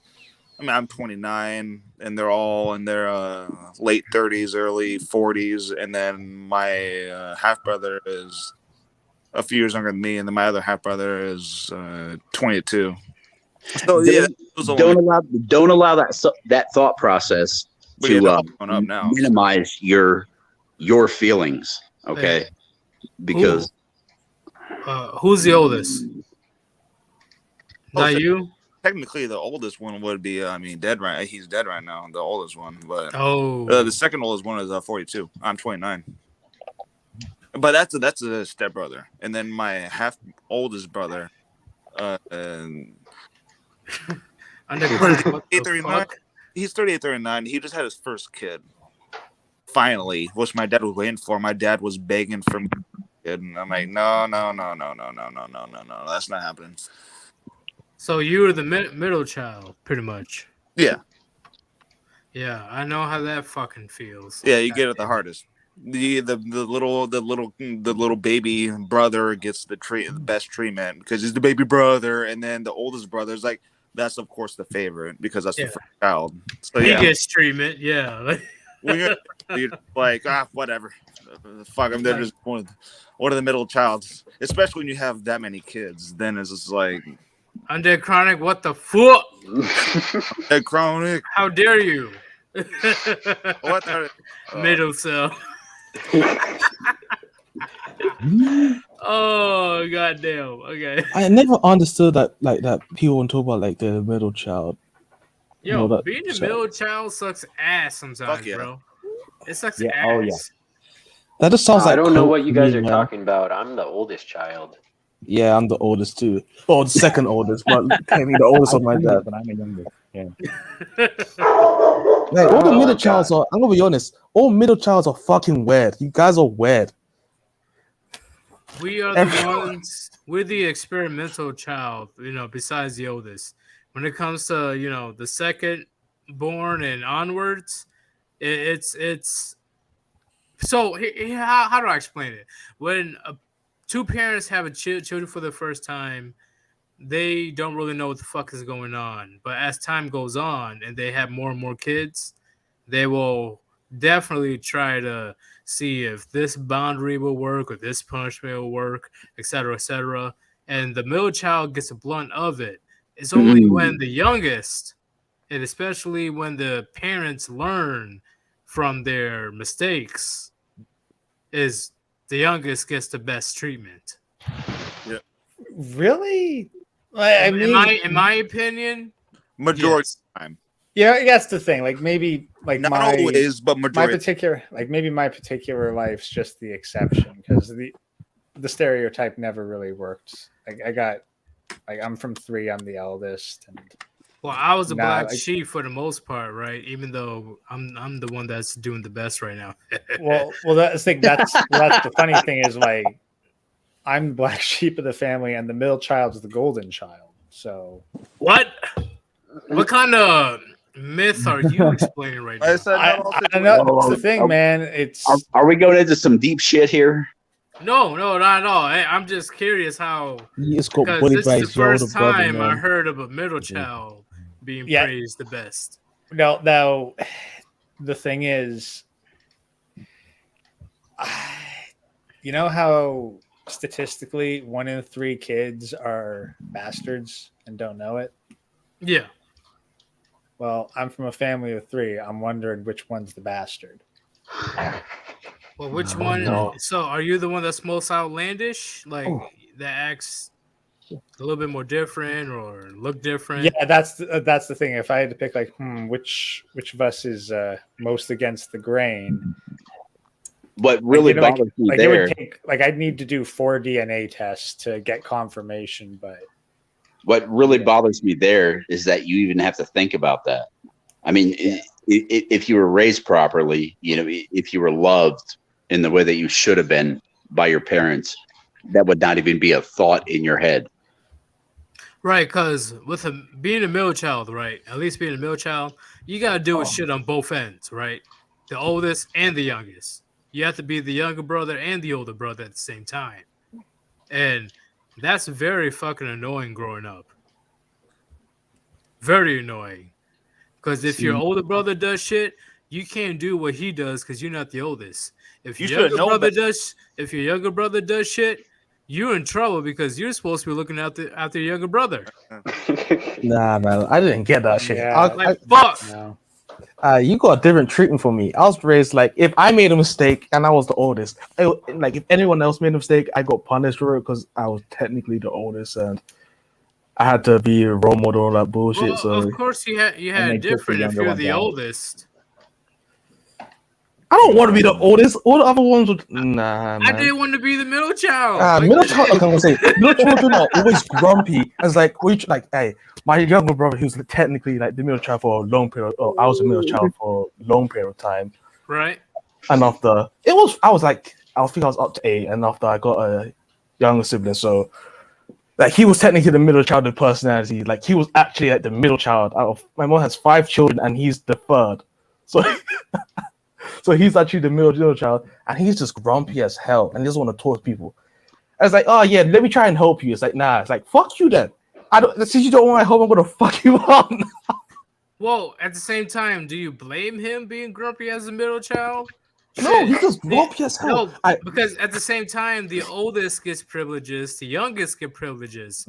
The middle child it's not as simple. Okay, I don't know what this fucking like eldest here's child what I'm trying to privilege is. say. Please The tell eldest me. Yeah, is tell me, like. no. Let me I don't explain. get privileges. Let I'm me a explain. boy. Let me explain.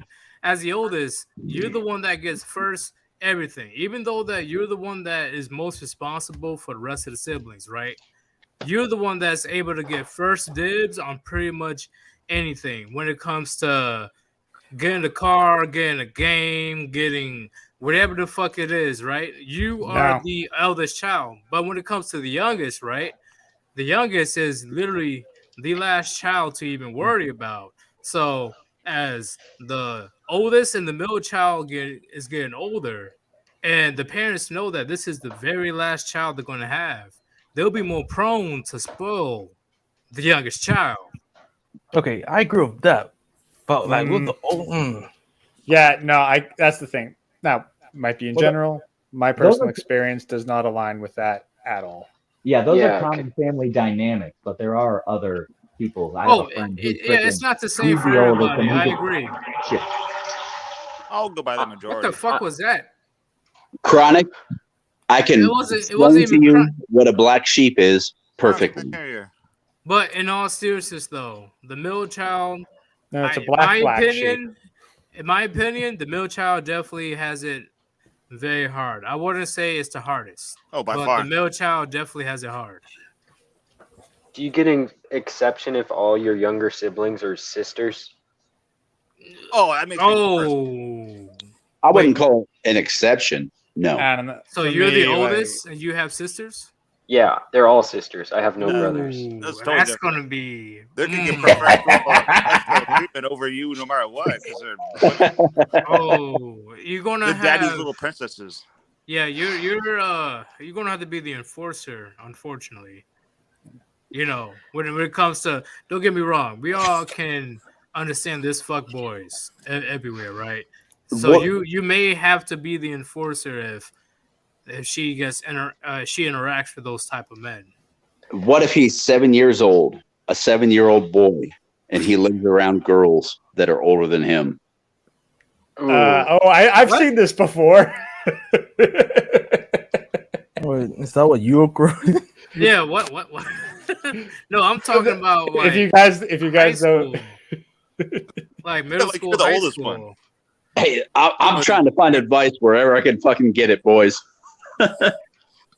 But in all seriousness, when it comes to being a middle child, a lot of people don't want to dismiss, oh, you're a middle child. Blah, blah. No, being a middle child, it's not as cracked up as people want to say it is, and it's definitely not.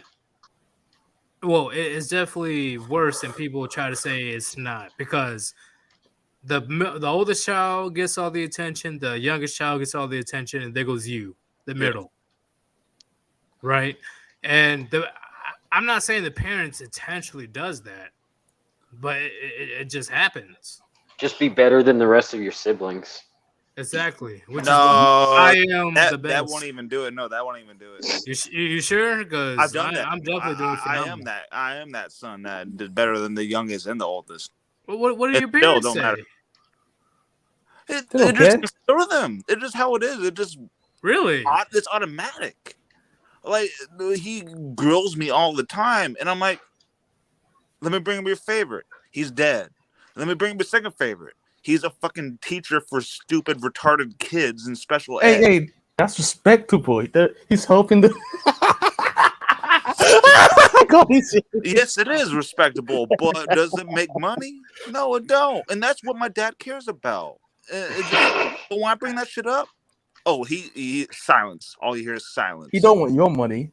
I see what you're saying. I think the important part is where are you at with yourself? My dad's side, I've been the middle kid because my dad has 4 sons. I was the third one. And then my mom, I was the first son. So I got to experience both. The middle kid on my dad's side, and then the oldest son on my mom's side, which my grandparents loved that part too, because I was the first grandson that was, I mean, both sides of my family is full of chicks. Besides my dad, on my dad's side of the family, all my uncles, they've had tons of just chicks. No dudes. Kawantahas. There's very little dudes in my both sides of the family, but especially my mom's side. All I'm And saying is, I am glad that Great. I have all male siblings. I am very glad.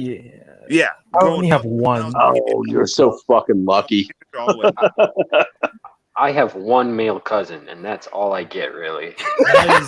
That is the worst because, once again, even though, of course, testosterone is like raging and we definitely threw hands throughout childhood, we are definitely a fucking... hands. We're a unit as adults. As adults, from Yes. the youngest to the oldest, we have each other's backs. So, a lot of daughters and stuff, they really can't say the same, right? Because once they're in a relationship or get married off, they will literally abandon their own family. Men, we don't do that. That's a really good fucking point. That these girls, they don't know how to form, like I don't even know how to describe it, like units or groups or anything like that. Because if there's a situation with your sibling, I will kick ass first and ask questions later, because in the end, it's your brother, right? How do I say? It doesn't matter what he did at that moment until the situation dies down and we'll be able to question it. But if he's like it's some physical confrontation, it's no hesitation, none. Like it's you mess with one of us, you mess with all of us, and a lot of families in the United States, they don't have that anymore. See, I didn't have that situation because I could trust my younger brothers. Like, if shit already got bad, I'd probably beat the crap out of someone. But I knew, like, if someone was trying to fight him, because I'm the oldest boy, but I'm like the first child of my dad, and there's 3 younger brothers like under me. So I'm like the first, like, most of it is just all boys out of my parents. So I was fine. Like, no one bothered me because I was just giant as a child. And no one tried, like, my brother, he's annoying as fuck, but he's slick and he can dip out of any situation with his fast mouth. The best situation to compare him to is like a trickster. But he knew how to get around people, so I was found that only the youngest one is making trouble, and he's always getting into fights, and like he's always coming home like, oh yeah, I was beating the crap out of someone, I'll beat someone, beat the crap out of me. Like, what the fuck? I'm over at home now, and I'm hearing this shit like, oh yeah, you got into a fight last week. I'm like, what the fuck is happening in school? So yeah, I don't have the situation where like I have to worry about my brothers because I know they always protect each other, and no one really fucks with us because we're supposed to have so much of a crazy aura from what we've been told. So yeah, we're mostly fine from all this bullshit that happens like when someone's trying to pick on my family. So yeah. Right, because if you have sisters, right, you as a man, you will have to deal with the situation yourself.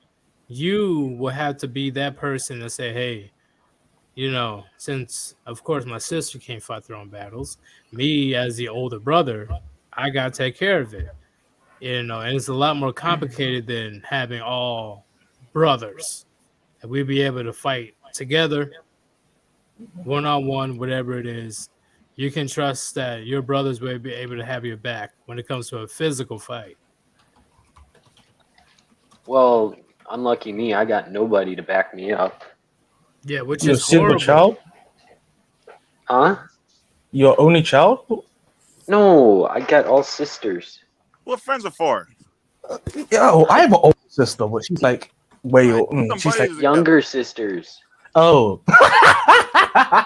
And Kereon, it's funny how even when you have an older sister, it's funny how I don't know if she does still, but she tries to boss you around. You're like, I'm like over a foot bigger than you and weigh 100 pounds more to you, bro.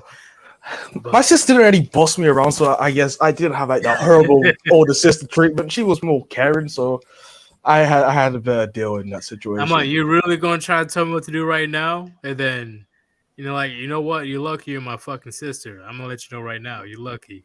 Like, like dead ass. Because I have seen like big boys, like 6'3" or 4" and 250-pound dudes. Like That's it. they listen to their older siblings that were like 5'6", 5'5" females, and 120 or 30 pounds. Literally, they got bossed around, and they're adult age, by their older sister. Embarrassing. At some point, you might become estranged from your sisters. I don't know for sure. I became estranged from my sister. I'm 45 years old. Okay.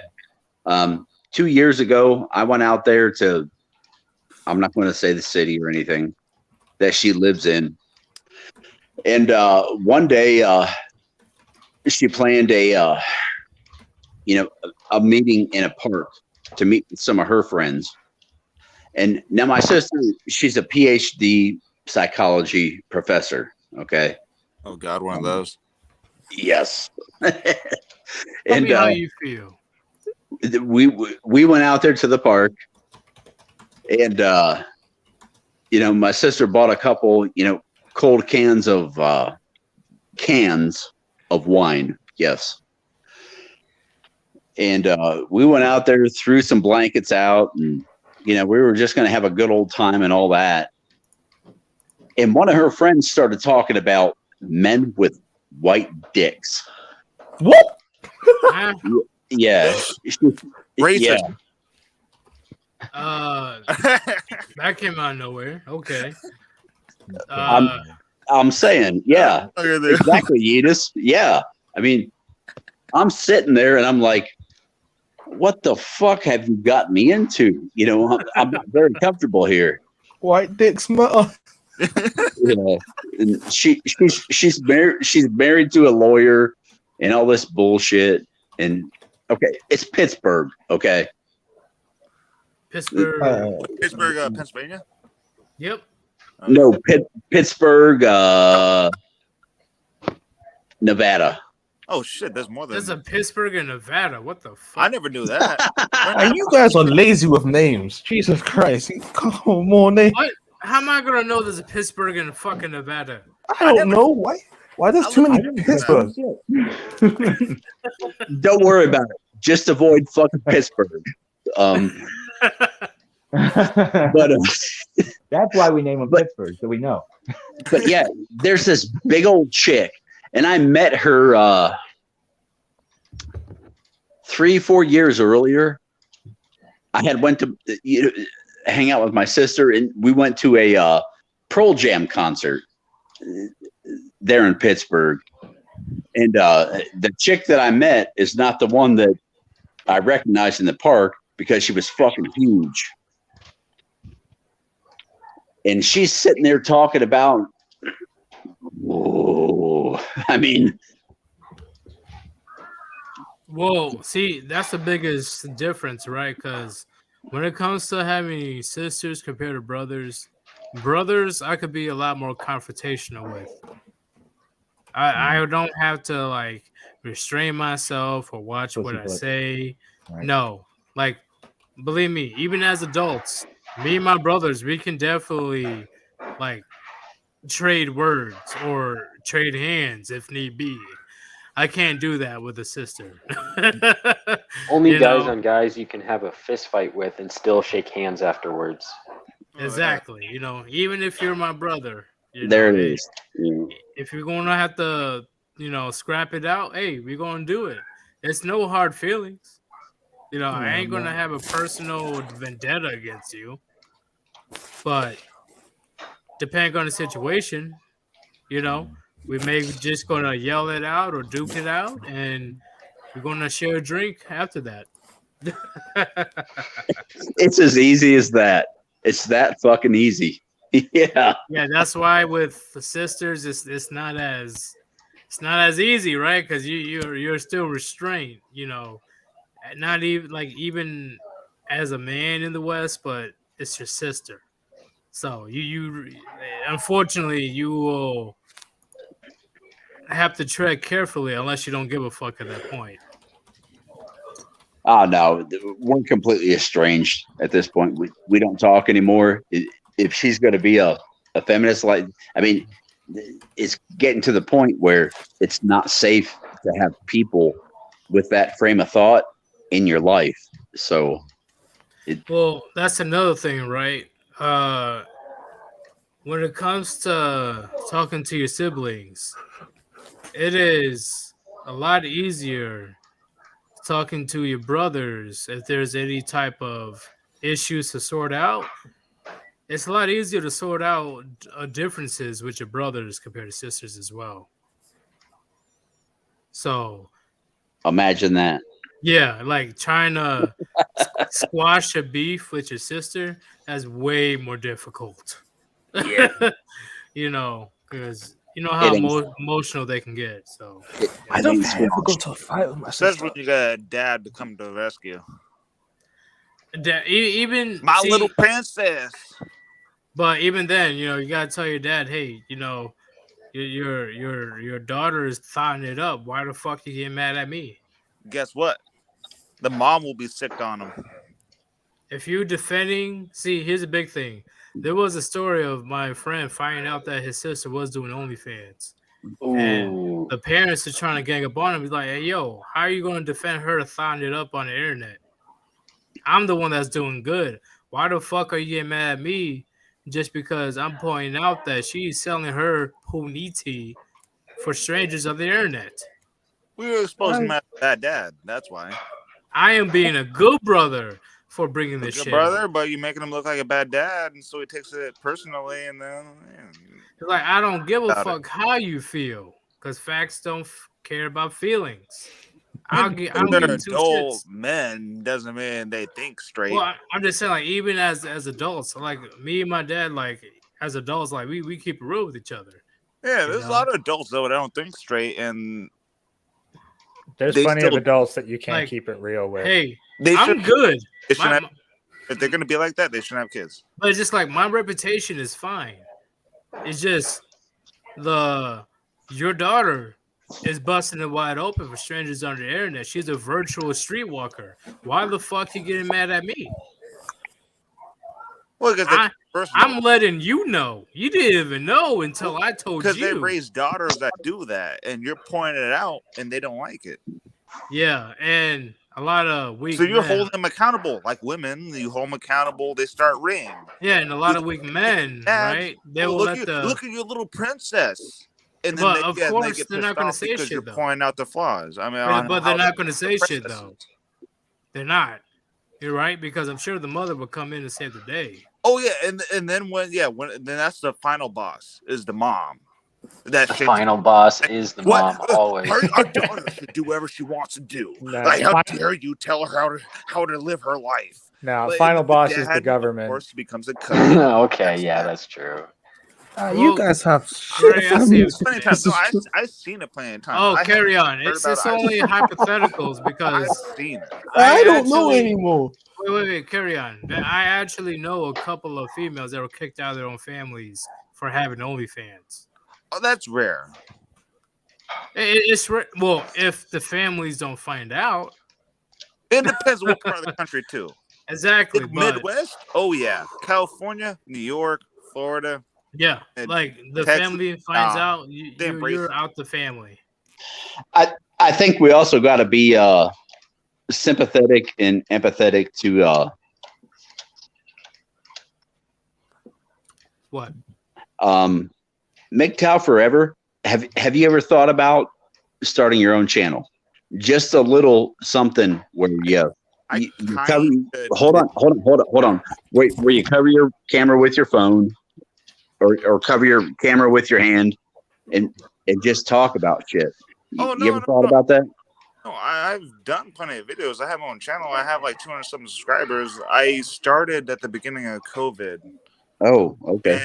And my bad. Like 6 months, I started to work a lot more. Do a lot more overtime because I've always been 40 hours, but I started to work a lot more overtime and then been busy ever since because of COVID. I did it. Because Fed and Simp was exposed. That's when I started doing it. Because a good amount of these people were exposed within a short amount of time thanks to Undead Chronic. I'm like, holy fuck, I need to start making my own content immediately because there's a lot of grifters. Oh yeah. There's a lot of grifters out here taking advantage of young men seeking male guidance. Well, it's a good thing I found you guys when COVID started 2 years ago. That's when a lot of people found MGTOW stuff is because they had nothing to do better than be at home and then just figure out what the hell to do. I mean, I found Ribby. Well, you know how it is when it says with the Spider-Man bullshit, with great power comes great responsibility. Oh yeah. People say great cow comes great pussy. I heard that one. Well, that as well. But the big thing is, I feel that at least at the time that I'm doing a disservice that I'm not making content because I'm sure you guys saw me in the comments everywhere as Yeet or be Yeeted Beach. Yeah. I'm like, yo, like Donovan Shark got called out, Raul Tomasi got called out, Fed and Simp got called out. Rolo Tomato. Yeah, I need to start making content, and eventually Chronic's like, you know what? Hey, want to join the Warband? I was like, you know what? Fuck it, why not? And that was the best decision I've ever made so far. Yeetus, I feel the same way. I sat here and listened to this stuff for so long, like it started out a long time ago with other different shit, but it ended up coming into the manosphere. And I eventually got to the point where I felt like that, you know what? If you're not going to give, you can't take anymore. So start giving something back. And I think I'm at, 59 subscribers. And I'm good with that. I don't care if I ever get over that. I don't associate with the manosphere anymore because it's a civil war going on in there, especially with the MGTOW Red Pill. I mainly do the Warband message that incorporates anything that has to deal with male issues when it comes to dating or society in general. I did associate with the manosphere, but recently I'm like, nah, fuck that, because it's literally emotional grown men acting like little bitches trying to expose one another. It's pathetic. I believe the Warband is a combination because I see so many MGTOW, Red Pill, even some Black Pill people here. It's just like, it doesn't matter how you got in. We just culminate under the Warband title. I agree.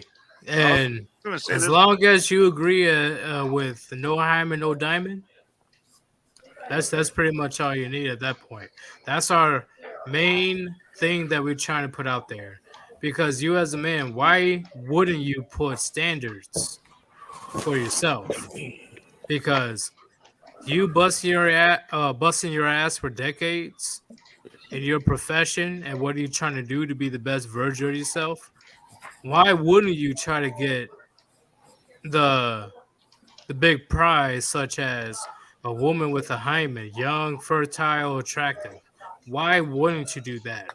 Because how unfortunate for you if you have to build for decades on your career, on your value as a man, and then a woman that has 4 kids by 3 different baby daddies, thinking that she is entitled to your resources. Just putting it out there. And you know what I love about the Warband is that I've seen plenty of people. I've been watching MGTOW content for like 6-7 years now. Just came across Sandman for the first time out of anybody. But I've watched Sandman TFM forever, and I see plenty of people where, I normally watch Terrence Pop, but I noticed you guys. Or I've always watched Sandman, but I found you guys the same with TFM. Or some people start off with Undead Chronic, and this vice versa. Like, they find Undead Chronic, and then they'll find you, and they'll find Sandman, and they'll find TFM because you had TFM on that one live stream, like maybe 2-3 months ago, something like that. Yeah, he's base. Yeah, So everybody comes across the same careers at one point, and that's what I love about it. Because everybody, they're kind of on the same page. They've listened to everybody. It's literally like a community. Boy, everybody knows everybody. My hope is to join Terrence Pop's live stream this Oh, year. dude, I love watching. Ooh. Oh, bro, if you get on Pop stream, god damn, I yeah. love that Gilbert Gottfried. Because I was a sergeant and he was the first sergeant when he retired. Or the sergeant major, I think it was. Yeah, I Pop think it would be a very like interesting 08, 09. conversation. I want to say he retired around then. What'd you say? I want to say he retired around 08, 09. Oh, yeah. I think. Wait, around? No, would it be a little bit earlier? Or It was something like that in the mid to late 2000s because he began in 88 or 89, I think. So he was in there for like almost 20 years. He had a horrible origin story on. Oh, I love his stories. But the wife situation that he. Oh no, that's not a good. What the fuck? Yeah, I know him and his. Dear John. Dear John. I got all respect. I don't enjoy that story, but I got all respect for Terrace Pop. I love his army stories, though. Yeah, I got all respect for Terrace Pop, but I'm surprised he's not in jail right now or in prison. Oh yeah. Based on what he went through, I am highly surprised he's not in prison right now. Because I definitely will be in prison right now. Oh no, I've heard not all of it, but I've heard a lot of it. As His ex-wife treated him like shit. I have no idea how he went through that. Oh, I know. Jody, he always likes to strike 24/7, 365. He's lurking in the shadows. Here's something that I've learned over the let's call it 5 years through the books that I've read, and I'm not going to go through the books. I'll try to make this short. Sorry. I went through some therapy, some trauma therapy and all that. But it's learning about how to meet people where they are. What you mean? Like in this community, when somebody shows up, trying to understand where this person is at when they show up here. Oh, like the mindset. Yeah.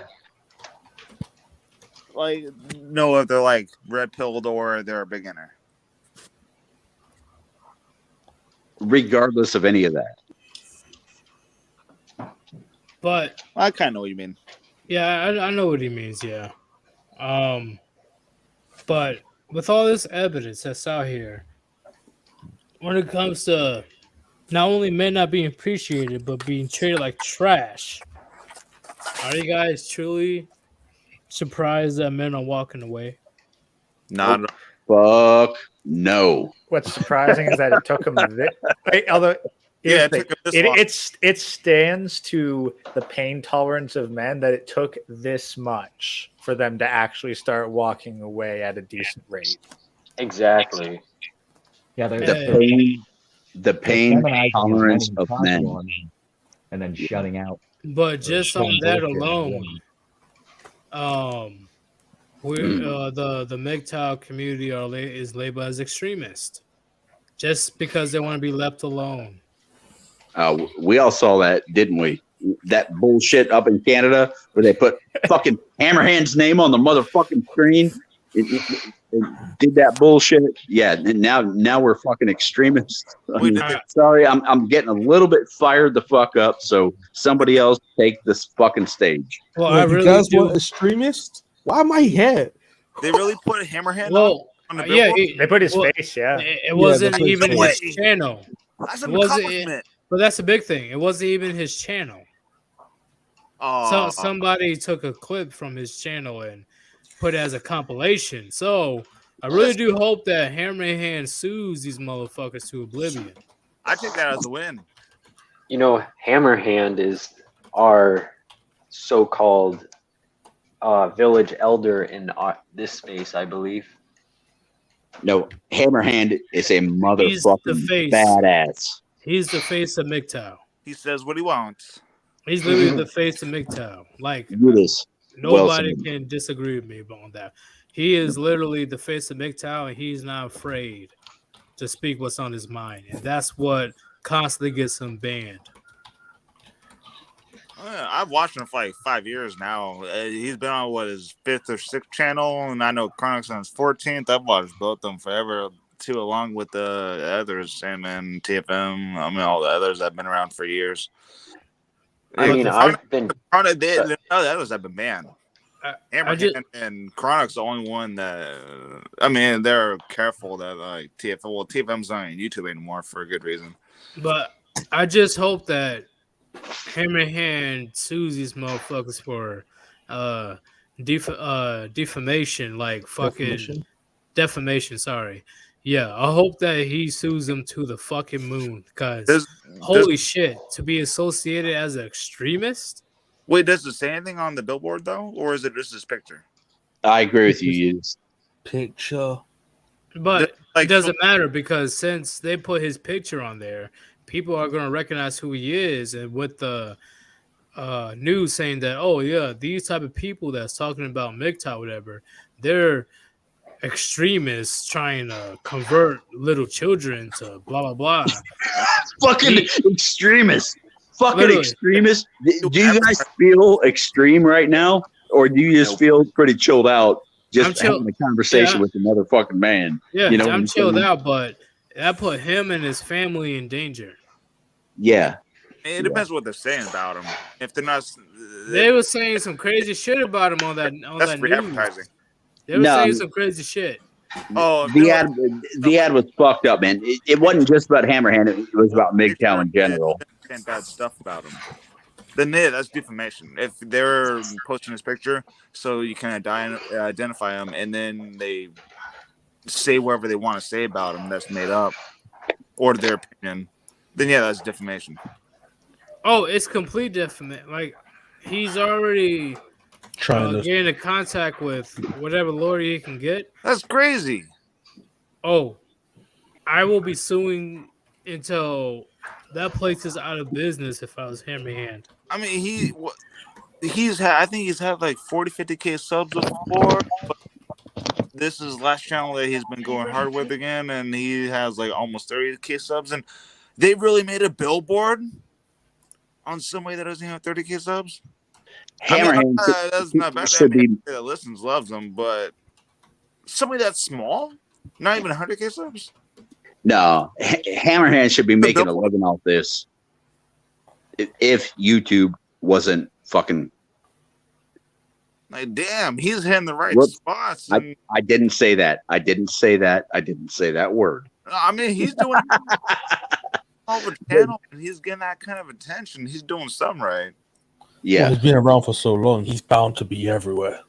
Oh yeah, no, fuck it. You know, like I said, he's been around for like 5 or 6 years. He just the most, like I said, the most he's got is like 50K subs until he gets banned, and then he has to make a new channel along with him and Chronic. They've been going, like I said, they've been going at it for like 5 years. That's the thing. They don't fucking give up. These are the two people out there that are just going and going and going and going. You know, that's I don't want to use the word hope, but these motherfuckers don't quit. I guess that's what I want to say. They got no quit in them, you know. Oh no, old Undead Chronic from like a few years ago. Oh man, you guys will love hear him in Hercules MGTOW. I've definitely been here since Dude, 2017. you think they're going hard now? No. This is nothing to how they used to talk back in the day before YouTube went on the fat purge and just deleted a shitload of channels of MGTOW. Do you know how much I wish I can go all out with what I want to say? Oh, I know Chronic still does this. I will be. Yes, I do. I will be just as bad or even worse. Undead Chronic knows. He knows. He definitely knows.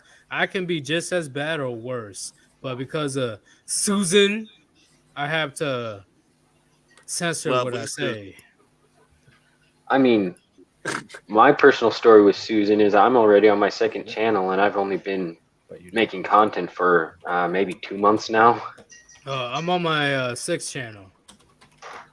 This is your sixth? Okay, that surprised me. I didn't know that. Yep, she does not like me. She's racist against green skin and skeletons.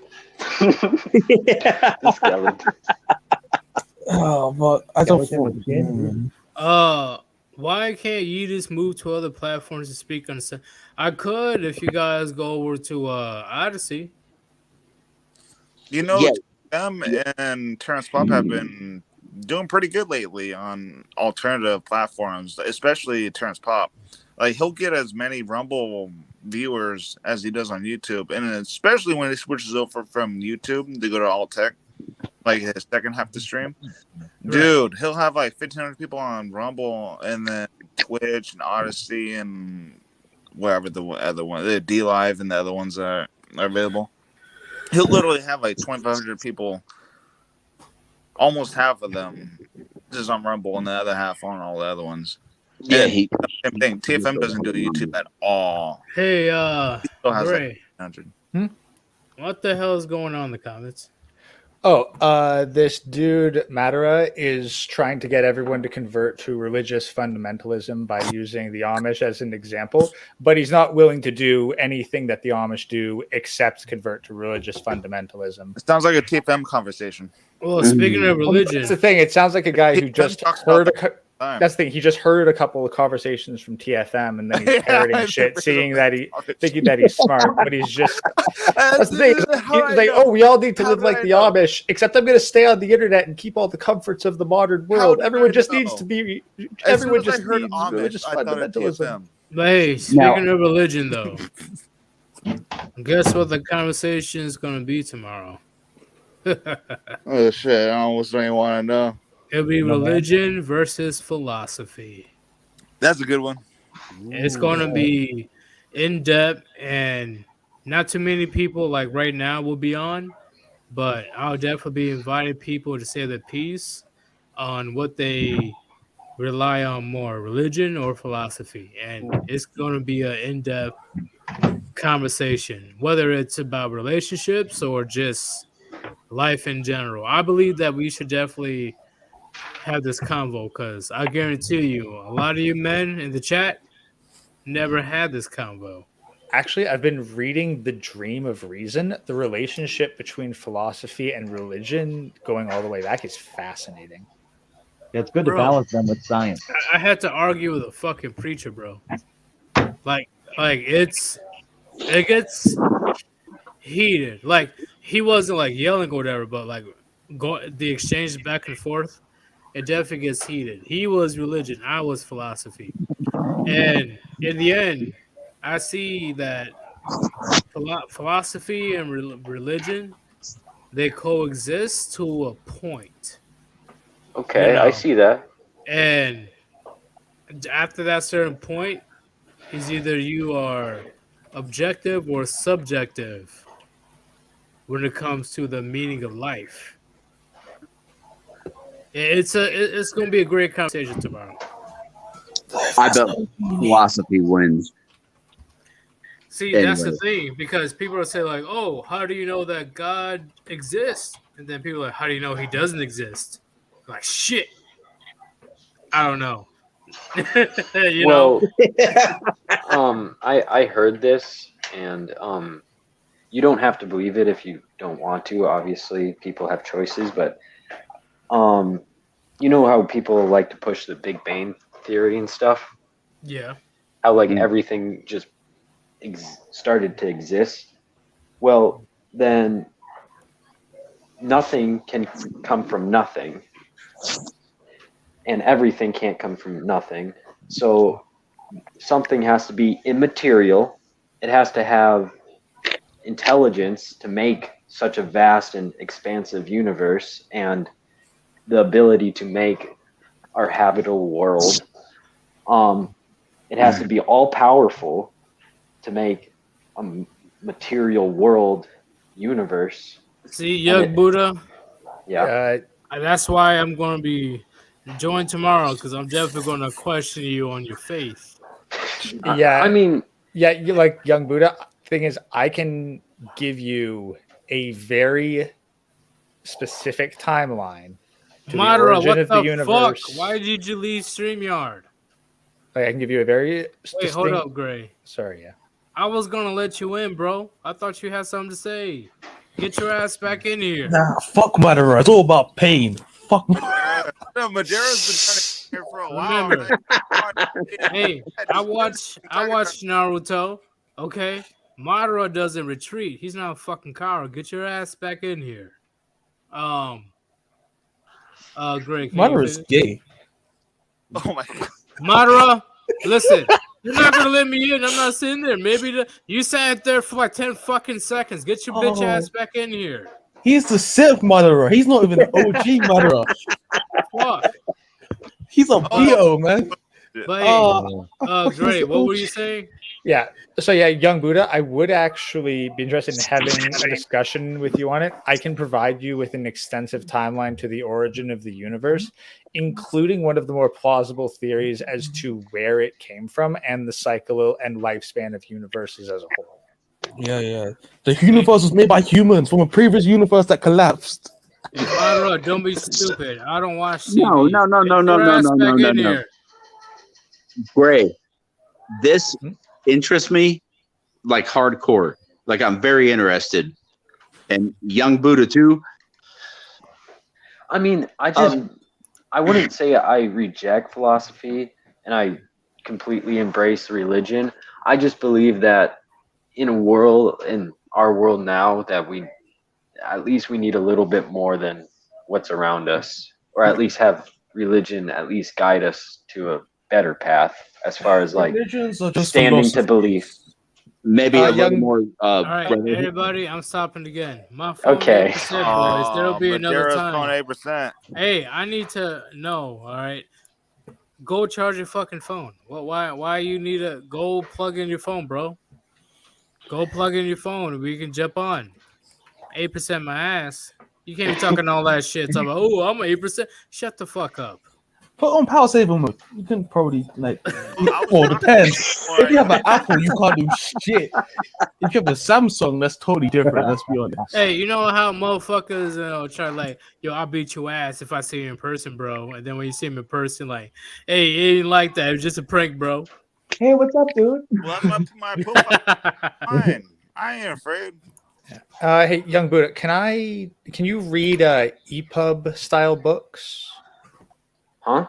EPUB style. I can't find a PDF version, unfortunately. I don't even know. It's like a digital ebook thing. You can get like free software to process it. There's actually a book on philosophy I'd like to send you for you to pick at for the first couple chapters. It'd be very interesting. Everybody stop. So it says right now, device not connected, Madara. Where's your mic? Where's your camera? It says device not connected. Where you at? You doing this on purpose? I that's what I fucking thought. Where you at, Madara? Pussy. But Young Buddha, in all seriousness, man, I'm definitely gonna, if you're gonna be joining tomorrow, I'll definitely throw out a lot of questions about religion, because once again, religion and philosophy intertwines to a point, and then there's certain things that it branches off from each other. Yeah, there's certain things that becomes differences, because once again, faith is subjective. I know that, and I understand philosophy is objective. Exactly. Is it? Because you like. Is communism technically philosophy? But that's technically not objective. Let's be honest. It is. It is objective based on the perspective on that person seeing the world around him. Honestly, this will be something we'll get into tomorrow. Honestly, we can have a really good discussion on it. I just wonder. It's gonna be great. It's gonna be a great combo. I just wonder what time will this be? Because I have archery practice and we got to do a lot of shooting. Archery. Yeah. Nice. Trying to be Robin Hood on this bitch. What the fuck? Well, I'm going to a nationals tournament in a couple of weeks. Fuck yeah. I've done archery in high school. They thought that it was weird because I was a lefty. Oh damn, he's gonna be like, Wow, Yeetus was on the left. Oh my days, I knew it. He was on the left. You didn't know shit. Is that But, why hey, you're always drawn with your Warhammer on that side? honestly, I never thought that. That's no. the Technically, his right-hand side. Warhammer's at his right. Hey, hold on, hand, let me look, so- because now I'm curious. What the fuck? But that's why I say balance it with science too, though, because you get these No, motherfuckers that I- exist in the philosophy. So that's how we get these No, fucking I was unicorn science right. motherfuckers. Wait. Are you talking about the Undead Chronic video? Hold up. Are you I kicking got you. cans, Yeetus? What? Are you kicking cans? Now the bottles No, of I'm Fiji moving water. the can out the way because there's 2 cans right here Bear- that I'm sipping on. Are you kicking Yeah. cans? Shit, I wish. Like Cans of we go Fiji water. old There. school. So No. Man, when it I comes miss the to mushroom. Anyway, wait, Yeah, what where's- about mushrooms? What? What? You phobic still or what? Bro, fuck mushrooms. I don't give a fuck. They're You know, fucking gross. I was thinking about last night. When I don't give a yo, shit. I was thinking like about asking Rishi, like, what happened to the first person that ate mushrooms? Did they find out it was poisonous or if it was normal? I think they were dying of starvation. And Because how would they figure out which ones were poisonous and which ones were normal? They might have fed them to animals first. Was that wait, trial hold and up, stop. Listen. Madara, I see you back here in the chat, bro. Connect your shit. It says device not connected. debate people with thoughts? Yeah, just give me a second. It says device is not connected, Madara. Come on, Madara. You gotta fix your shit on your end. How is everybody else is in my stream and you're not? Just putting it out there. Go ahead, MGTOW Forever. I don't know. I was saying that's BS. Madara, no, I was talking Madara then before I came into the StreamYard with you guys, and he seemed like he wanted to chat, but obviously not. The big thing is, I don't think he wants to chat. I think he wants to preach. Probably. man, I'm fine with that. he's a You let 'em troll. say what they say, and then you quickly give them your counterpoint, and then shut them Yeah, down. no, Still yeah, stupid. no, that's the thing. We're not going to get to the counterpoint. It's going to be like Chronic arguing with that fucking black supremacist racist. Yeah. Isn't that just all Chronic's arguments with these people? Listen, That's why I try not even to have those types of debates anymore. It's just waste of time. see, between me and Under Chronic, if you guys ever listen to our couple of disagreements, you'll see why we don't really try to go too hard, because a lot of people they won't be able to keep up. Like here, What we're trying to say. I can summarize Madara's point since he apparently is incapable of figuring out how a phone works. Wait, hold on. right now. Everybody stop. Madara, stop talking shit. It says my browser is blocking. I have to figure out how to change it. And gave me the option at first, but now it's fuck. Why is it my problem? Why would you join and it's not even fixed? He's trapping again, Jitsu guys, man. Leave him alone. I don't get it. Why would you My join browser on and your my shit's iPhone. not even fixed? Most of them come in to do what he just did. He came into the freaking chat and posted stupid shit. It was like 2 eyes and a pair of lips. Why I don't know not? what the fuck that was Why- supposed to mean. Why can all these people join with no issues, but you are the one that's having problems? You need to get out of Walmart and stop That's trying it. to take the internet over there. I'm not even Why on a are you the computer. special I'm one? on iPhone. But yeah, with me and the Chronic, we get to it. We try our best to not go too crazy, because once again, me and Under Chronic, we're very smart individuals. And And if he gets it we worse, like to say some I know. big ass fucking crazy ass words at times, and I know how it is. yeah. I thought, Oh, I you know thought- how? Okay, you know how it is. Okay. I thought So Chronic was Yeetus has a coming in. brain behind that skull. Oh, I am definitely fucking smart as fuck. But there's not too many people besides Undead Chronic on here that can keep up. Yeah, so two things. Number one, if it is a browser block, there's icons up right beside the site link Like for me, it's a little volume slider and a little camera. You click that, you see permissions for StreamYard.com. Use the camera, use the microphone. You can toggle the options off and on. It took me literally 3 seconds to fucking know how to reset permissions for it. Like, And I the mean, clicks I are those almost little believe buttons this guy on the is mouse. Amish because he's fucking calculating. However, Hey. let me summarize his arguments because I've been chatting with him in the box for a while. Okay. Okay.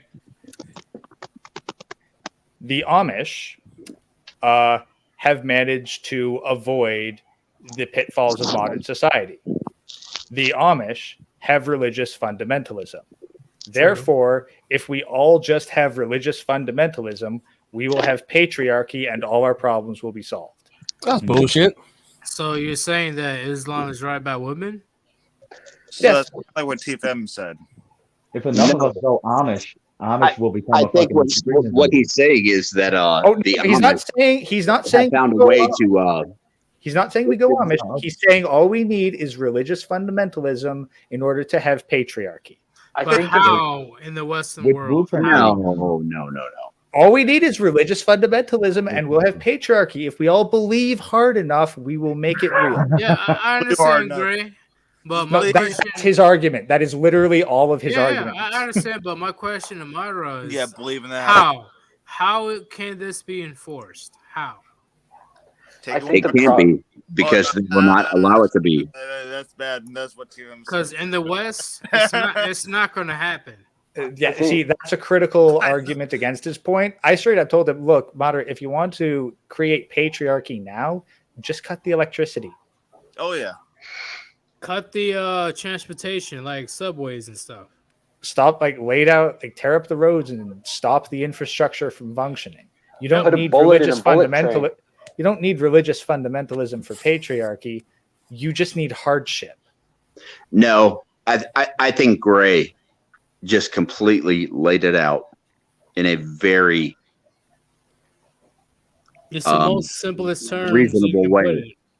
Yeah. Yep. Now, these women, there's this thing within the Amish called Rumspringa, where these young people, they're allowed to exit the Amish community and go do what they're going to do and then decide whether or not they want to come back. But Gray just laid it out very well. I mean, I guess that's all I have to say. See, and I think that's why, because the Amish go through hardships all the time. They have no outside help.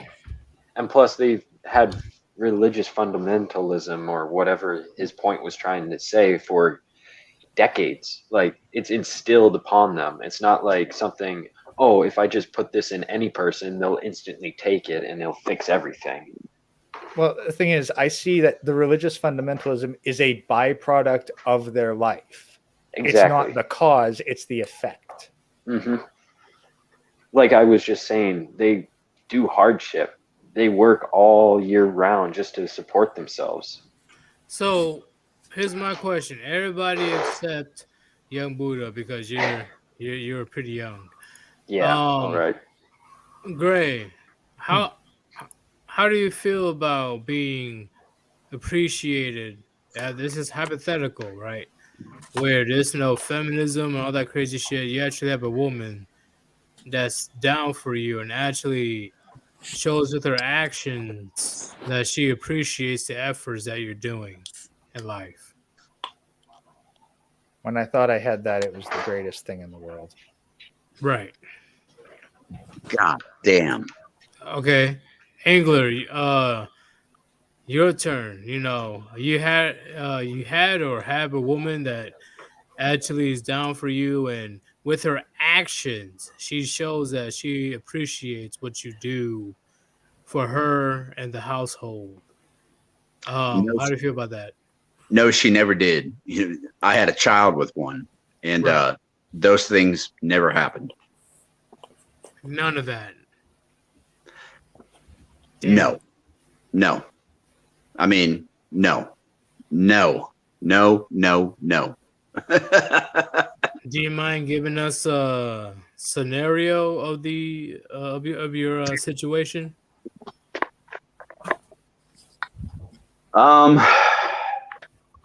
I'll give one if that's okay with everybody. I mean, It's all good. at the point in time when my child was born, I was working from 5:15 p.m. to 5:15 a.m. a night shift, a 12-hour shift. Basically 5 to 5. And I was allowed time off to, obviously go for my child's birth and all of that. And we eventually brought him home, and the house went to shit. I mean, it went to absolute shit. And I'm talking about McDonald's bags in the corner. Just there was trash everywhere. Now I understand there's a lot of responsibility that comes with, taking care of a child throughout the day. But they sleep most of the time. They ain't up that much. When they're young children. Yeah, they just want to eat. And almost done. But yeah, it ended up being, I bought this piece of property, 6 2/4 acres with a house and a pond. And I don't have that anymore. And this is what a fish sounds like when he growls. That's it. I know how you feel, dude.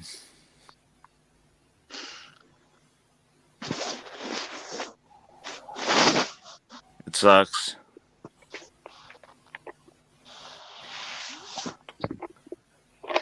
No, it's not like kind of my mom. My mom, all she bought was fucking McDonald's. I ate it sometimes, but I didn't eat it all the time. I don't want that every fucking day. It was literally sometimes 2 times a day. It was that bad. My mom could cook. My mom's a great cook, but she just wasn't that. Yeah, that lifestyle where she just rather buy stuff than cook. And literally got McDonald's sometimes 2 times a day, and my brothers ate it all up and they didn't care. But no, I'm like, no, I don't want. I love fast food. Yeah, but even as a 14, 15-year-old, I'm like, this is not good. Eating this shit every day, all day. It's not, and breakfast, get it for lunch. This is why I'm glad I was raised by my dad, right? Because when we got fast food, more likely than not, we were kicked out for a majority of the day. We had to stay active somehow, whether it comes like the park or just hanging out with other friends, all that crazy stuff. Yeah, we weren't allowed to come home and just sit on the couch all day when I was younger. Oh, my dad would kick us out. Be like, you come back when it's dark. Exactly. When the street lights come on. Well, I had a go-kart and a dirt bike and all the fun stuff. So, I mean, yeah, but all right, I'm out of here. Hop on the dirt bike or go-kart and just drive right down the road. It was in the country. And last part of California. Here's a big question, though, since I don't know if you guys had... You know what? Fuck it. I'm going to ask 2 questions. I'm going to start with Kereon. Kereon. Yeah. Have you ever had a woman that actually showed with her actions that she appreciated your efforts, or no? I had a few times like when I help around random people and people that I know, but it's not like I want to say all the time. Like I would say our percentage would probably like 30% or probably less. That'd be probably around that. Like I help people out and it's like, oh yeah, thank you, or they wouldn't say anything. So it's like, yeah, you might get appreciation, just a simple thank you sometimes, or they'll actually be like ready, like if they're actually helping them in like dire situation, they might actually have something or of a actual meaningful thank you. But most of the time, it's just after they just walk past. So yeah, it's not really anything special or anything like that. Okay, MGTOW FOREVER, what about you? Have you ever had a woman showed you appreciation through her actions? Yes and no. I've had one that was definitely a no, but she was fun. And then the other one, because she did. That's the one that hurt me the most because you just feel like they actually care. And you know how they go. All of a sudden, one day, they just changed their mind.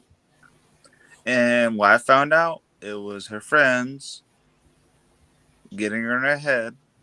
And she changed her mind just because of that. Because of her fucking friends. That feminist bullshit. And she regretted it, but, you know, women don't like accountability. So, of course, she never admitted that she made a mistake. But, yeah. It just left it at that and moved on. Then she moved on. And Okay. still to this day, I'm doing way better, but it's just stupid. I hate it when chicks' friends get in their head. Yeah, I see what It's you're like, saying, who man. cares? Think for yourself. Why do you have to have chicks telling you how to think about your boyfriend? That you're going out with your boyfriend. Those chicks aren't going out with their boyfriend. So why the fuck are you asking them? I mean, for advice, unless they're like dating experts or something like that. But why the fuck It's, ask for their opinion if they're not experts? it's that hive mind mentality when it comes to women, unfortunately. After that, I was like, yeah, I'm done. Yeah, I'm definitely in a similar boat as you. There's no way that I'm going to be dealing with a bunch of. I'm not going to deal with a Western woman that has feminist tendencies, and then deal with her friends that are also feminists trying to fuck up your Potentially life. worse. It's like because your friend said so, you just can like they don't know me. Oh, And they're telling you what to do, but they don't know me. How does that make sense? They know what she says about you, so they know a form of you. Be honest, they know all the shit that she doesn't like about you. That's what they know about you. They don't know you completely, but they know all the shit that she complains about that you don't know about. And No woman wants to hear her girlfriend talk positively about their boyfriend. Bad things, and then because all she talks about is bad things and not the good things. And I know it's just stupid. They listen to certain things. They're all about the negative, not the positive. No, like what he could do better, not what they listen. They listen to certain things. Okay, and they listen very fucking carefully when they do this. Now, part of that listening is to extract resources to see what they can get from you. The other part of that is to see how they can manipulate you and hurt you. Okay, they listen fucking carefully. Trust me on this. All right, guys, hold up. I'm about to stop you. All right, I'm at Madara. What's up? Your camera's on. You good with that? Yeah, I got it covered. All right. Hey, man. So What's up? I've seen your comments, and you were talking to Gray. What do you have to say about the topic? I mean, in what regard? Well, Gray, can you explain? All right, well, you seem to think that religious fundamentalism is the key to a patriarchal society. Can you explain how that works and what your plan is to implement it? I mean, you can look at the Amish or the Arabs and see that that's the case. And how would we implement it? I mean, just by saying it. Like, if we all say that the earth is flat and God is real, how is that not the case? Oh, that doesn't mean it's real. That's like me saying, if I don't, Well, if I okay. shoot Well, let me rephrase that. Let me rephrase that. You see how the establishment says stuff that's not true, and it becomes our reality simply because they say it is true. So what's the difference if we do it? It doesn't become our reality people are just lying, and they all know it's a lie. I see what you're saying, Kereon, but I want Gray and Madara to say something one-on-one. Okay. Well, quite simply, you're putting the cart before the horse. You're saying that the Amish and the Arabs have religious fundamentalism. Therefore, religious fundamentalism is the only thing that is required to instill patriarchy. I mean, it's definitely a necessity. I don't see how that's the case. Okay, tell me one society that has patriarchy without religious fundamentalism. This society, when I cut the power off. Okay, like in reality, we're in reality here. Okay, any society where there is no electricity. All right. Okay. Well, I'm saying like. Madara, before you continue.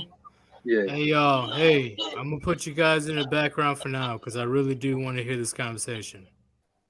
All right. All right. So don't leave. All right. If you leave, that's on you. Okay. All right. Yep. I'm putting you guys in the background for now. Give me your response to this conversation. So. All right.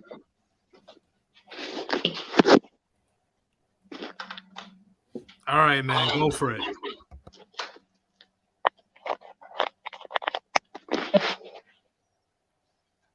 You guys can go. Are you talking to me? Okay. Oh, yeah. You or Gray? So the foundations of patriarchal society are a lack of comfort. If you were to look at the chimps versus the bonobos, the reason that the bonobos can have a matriarchal society is because they are sheltered from all enemies by their environment and have a constant source of food. If you take away... hang on a second. Did you brush your teeth? What are you doing? Go brush your teeth. Go brush your teeth and get into bed. Sorry, bro. Wait, why are we talking about bonobos, bro? Because we're talking about patriarchy versus matriarchy. Madara, you having audio feedback right now. What does that mean? Like, there's a lot of echoing in your background. Yeah, I've got you on speakerphone, I think. Do you have headphones? Yeah. Hang on a second. All right. I mean, can I plug that into my phone? I guess I can. Hang on. You should be able to, yes.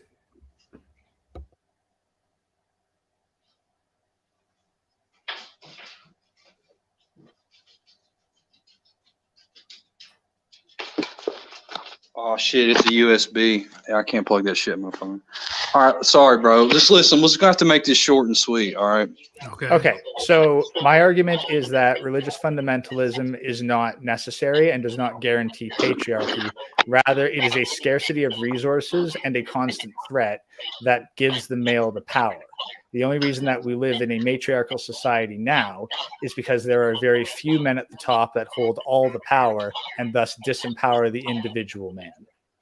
No, we live in a feminist society because a certain tribe has totally subverted every aspect.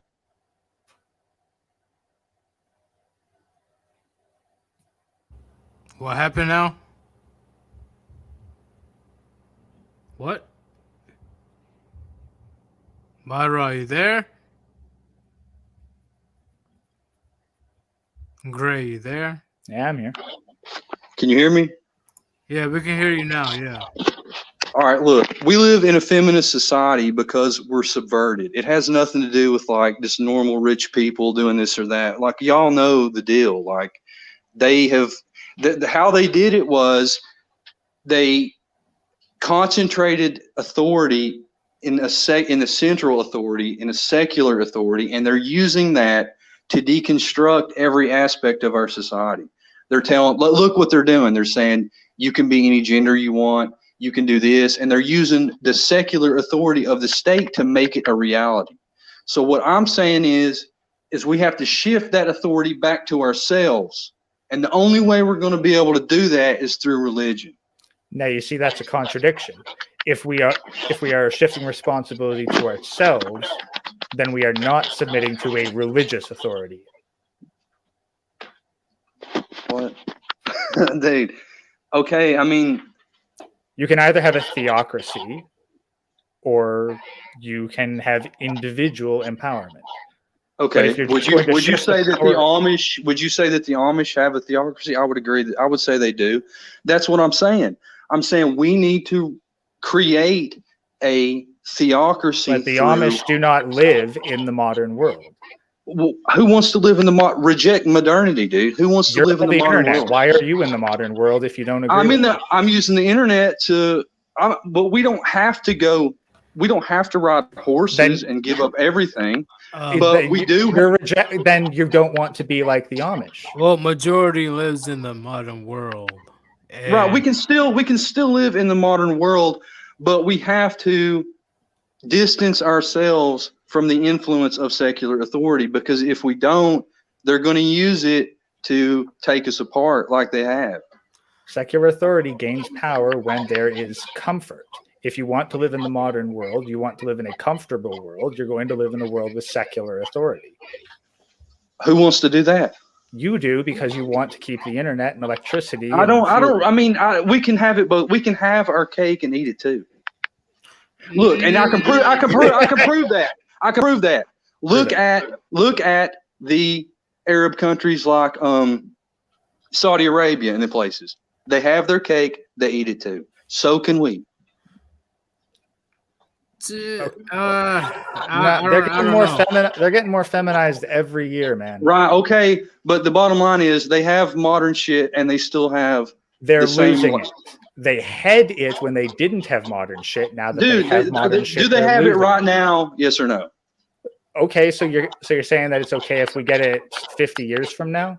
No, I'm saying we can have keep it away forever. As soon as we all decide that this shit is no longer real, it ends, dude. They can't make it. That's what these vax mandates are about. These vax mandates are what? Beer flu. Say what? You have to use code words to keep Susan away. Right. Okay. Listen. These vax mandates are a micro. No, Madara. Beer flu. Just say beer flu mandate. The cerveza bug injection is a microcosm of the struggle between secular and creationist authority, right? So here's the deal. They know that as soon as we decide this stuff is no longer real, it no longer exists. And what they're trying to do is take that choice away. They're trying to make their secular theology compulsory. Well, no, it's very simple. If you don't comply with their rules, then they send the men with guns to make you comply by force. They can't do that to everybody. They can't just kill us all. Well, not everybody, but they're going to. They can't kill anybody for becoming Amish, or in other words, they can't kill anybody for simply saying you don't want to become Amish. I don't want to ride a horse, but I want patriarchy. But what I'm saying is, when it comes to the state, they will try as many people as possible to comply. And that's the thing. You want patriarchy, but you would then have to completely disconnect from the non-patriarchal economy. A la, you got to ride a horse because what patriarchal? We don't have to ride a horse. Just like Saudi Arabia, they have supercars. They have supercars and they have Sharia law. Do you believe we're going to be having that type of luxury within the next few years? I think that if we repurpose MGTOW and like fuse these ideas together, that it could happen faster than that.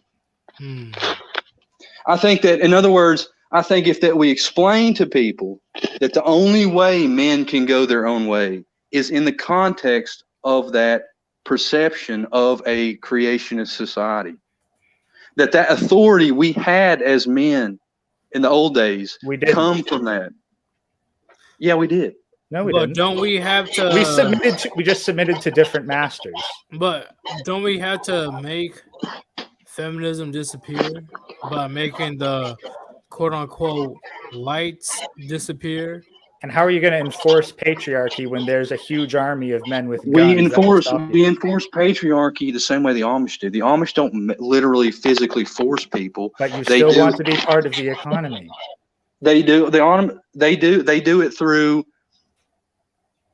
the patriarchy. Like if you don't accept our Enforce the views, if patriarchy you don't, through in other words, patriarchy. if you don't accept my views, I can't have nothing to do with you. That has to be all of our attitude. Like we can't Okay, break but that's bread the with thing. these people. You have nothing to do with them. You need But- to give up your car and ride a horse. No, but- we don't. Listen, I just debunked that argument. No, you didn't. You haven't Yes, I debunked did. anything. The Saudi Wait, wait, Arabians wait, have wait, wait. supercars, Hey, hold up. supermodels, and Sharia law. Wait, hold up. So, Madara, you understand that the U.S. is literally the most feminized country in the world, right? I'm not feminized, are you?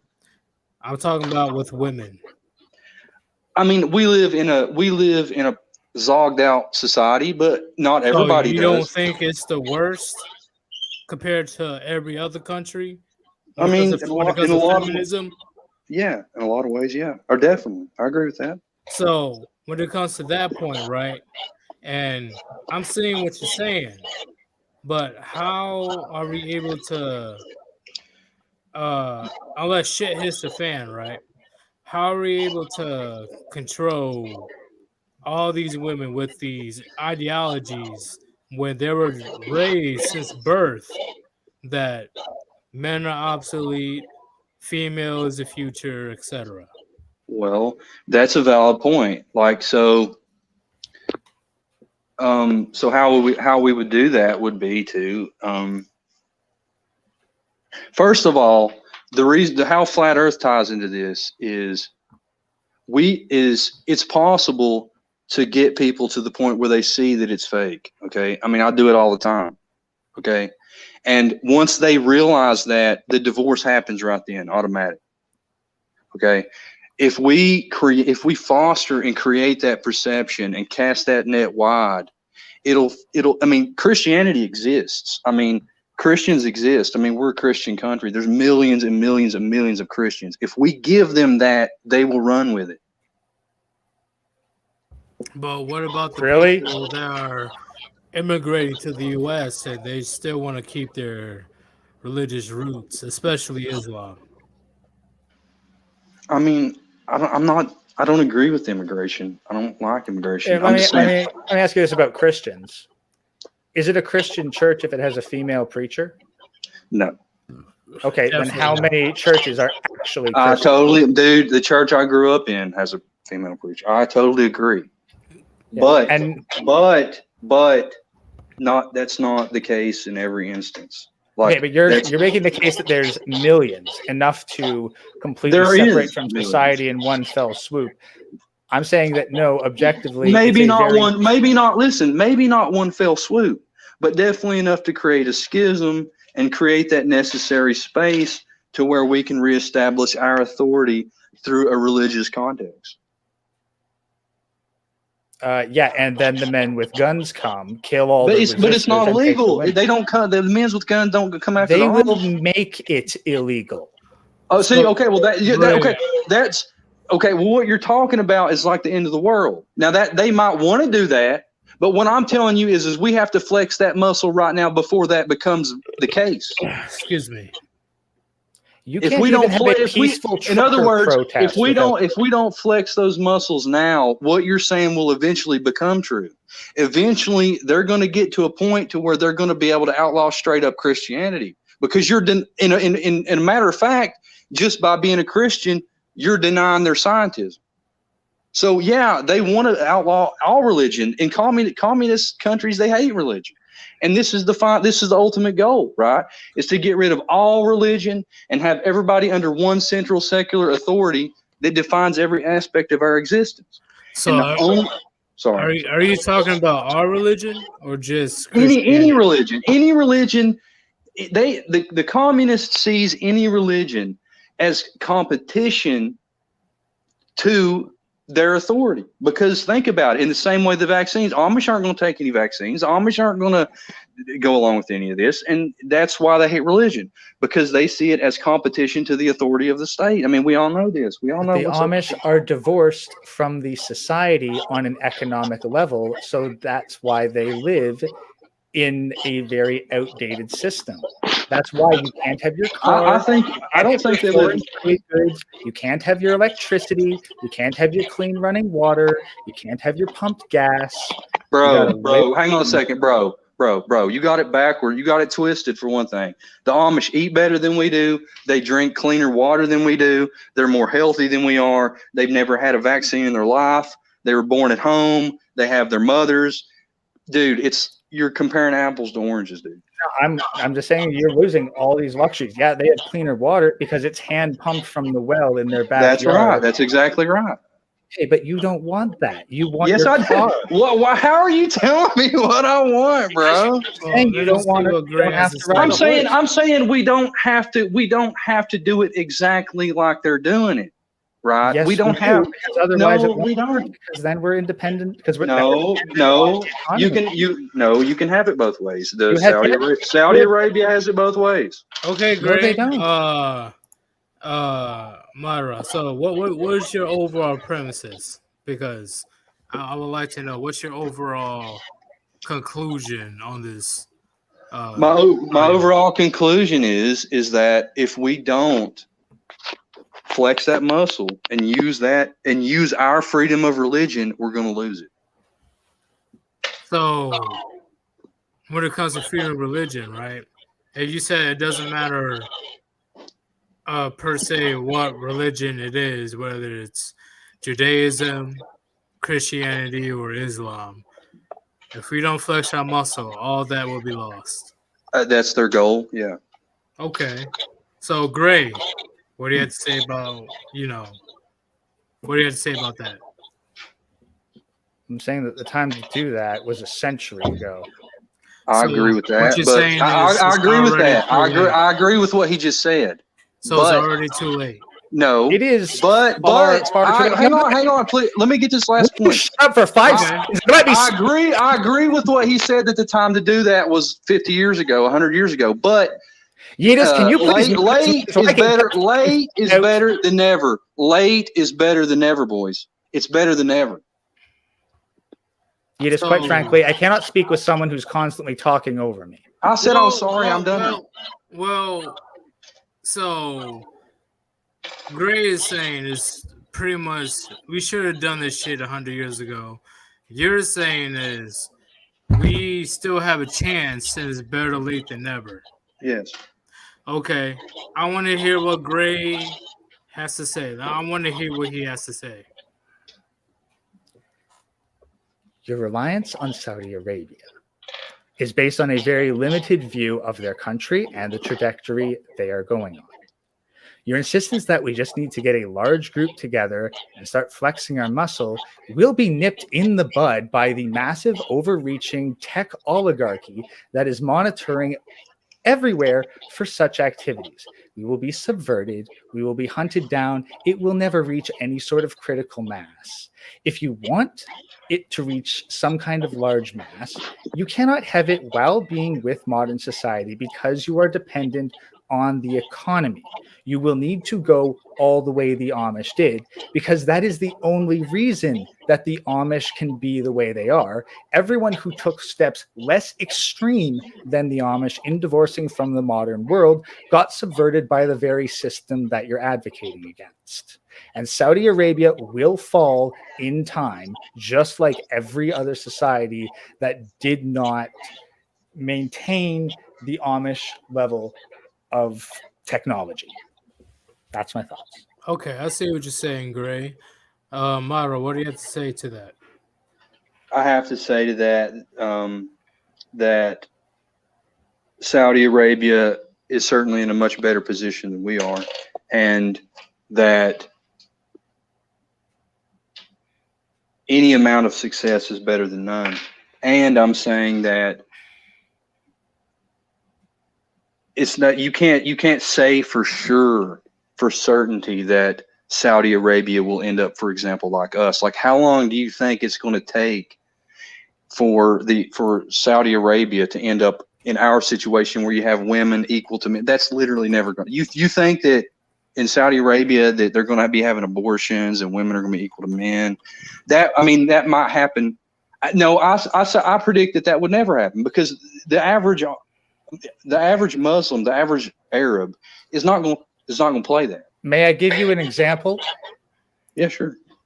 On September 26, 2017, King Salman issued a statement recognizing the right of Saudi women to drive in keeping with Sharia.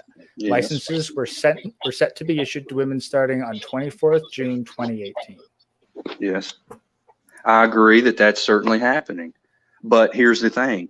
If they don't listen to my advice, they're going to end up like us. And if we don't do something now, we're going to end up a whole lot worse. Of the majority of the human population, do you think that most will choose comfort or security? I think that the average man will choose the right thing. Okay. Security. Ask about the average man. Sorry. Let me rephrase. Do you think that the average human being will choose freedom or security?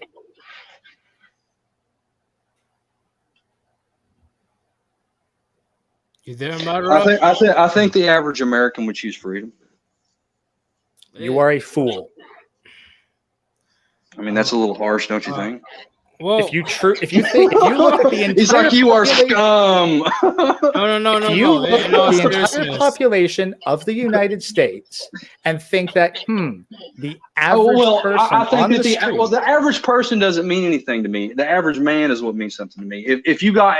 As long as we have a consensus among men, the rest will sort itself out. But even then, do you know how many masculine men are out there left in the U.S.?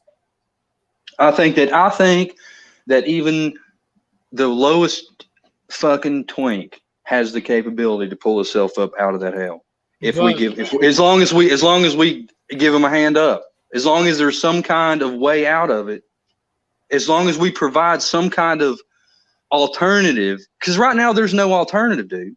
I mean, you have to think there's literally no alternative to Clown World right now. But based on how they're indoctrinated with feminist indoctrination camps, you really think that these effeminate men will rather pick up a rifle and sacrifice their life? We don't need rifles. That's too late for that. That's not even an option. What we need is the correct message and a catalyst. The catalyst is to show everybody, to convince everybody that they've been lied to about the most fundamental truth in existence. And once you convince them of that, the divorce it happens automatic. So do you believe that shit will go well like it did in Ukraine, where the young men 18 to 60-year-olds were forced to fight and die? Just hypothetically, if we were invaded. I think that the average man would fight for their land. Well, it's getting to the point where it's like, kind of hard to even justify defending this shit. But I mean, if we were literally invaded and people were like coming to stomp us, stand on our neck, yeah, I mean, the average man would fight, yeah. Okay, what do you have to say about that, Gray? I think that thought's delusional. You think that if the Chinese or somebody come in here and was like, we're going to enslave you, you think people would roll over? A lot of them, yes. No, I mean, a lot, yeah, but you have to understand, in any war, only a tiny percent takes part. But a tiny percent of 100 million men is quite a few. Okay, but then they're just guerrillas in a country that has already surrendered. We're off in the weeds, boys. We're off in the weeds. This conversation, I'm down to 1%. I'm down to 1%, and I've got it plugged up, and it's still done. So listen, here's my final closing arguments. Unplug this shit. All right, here's the deal. like I said, if we don't flex our muscle now, in 20 years, they're going to outlaw religion, and then we're doomed. Okay, they're going to own, they're going to control. If you think they have control now, wait until there's no option, there's no alternative but to worship this shit. And so we have to create that space now while we still have the freedom of religion and the choice and the right to believe something else. So, I mean, that's my closing argument, dude. So you can go ahead and, see what you say. Damn, I fucking missed it. Okay. What'd you miss? Oh, I had to go take a quick piss right quick. All right, I can sum it up in 30 seconds. If we don't flex our muscle now, if we don't create that space and alternative system of belief now, we're not going to have a right to in 10 years, in 20 years. They're going to take it all. That's my point. I see what you're saying. Gray, you have something to say about that one? The majority of the population is too comfortable and won't care. I think that the average man kind of shares our belief on things. The average man is not going to uproot his entire lifestyle, livelihood, and family to follow one man's pipe dream of religion. Because what does it say? Weak men create hard times. I haven't totally given up on us. I don't think we're that weak. I think that we just don't have a voice. We don't have an outlet. We don't have a way. We don't have a choice. But we can create it. That's all I got, boys. Like, But don't get me wrong. Like the U.S., we are nearly impossible to invade in the first place. No one's gonna dare try to invade. But at the same time, if they do invade, I do say there will be a lot of casualties. Besides the nukes, let's just say military in general, there'll be a lot of casualties. All they have to do is cut trade. That too, yes. They don't need to come in here with guns to kill. All they have to do is stop the supply lines. But that in itself will start World War III. So I do see what you're saying, Gray. I do see what you're saying. We're looking at it right now. Gas prices going up. Everything that gas is dependent on, which is the entire agricultural sector, prices going up. Oh, but I was talking about land invasion. Hey, can y'all still hear me? I can hear you. All right, but anyway, my phone's literally about to die. Maybe we'll talk again sometime. But yeah, we have to flex the muscle or use it or lose it, boys. All right, I'll talk to you later. All right, peace. See you.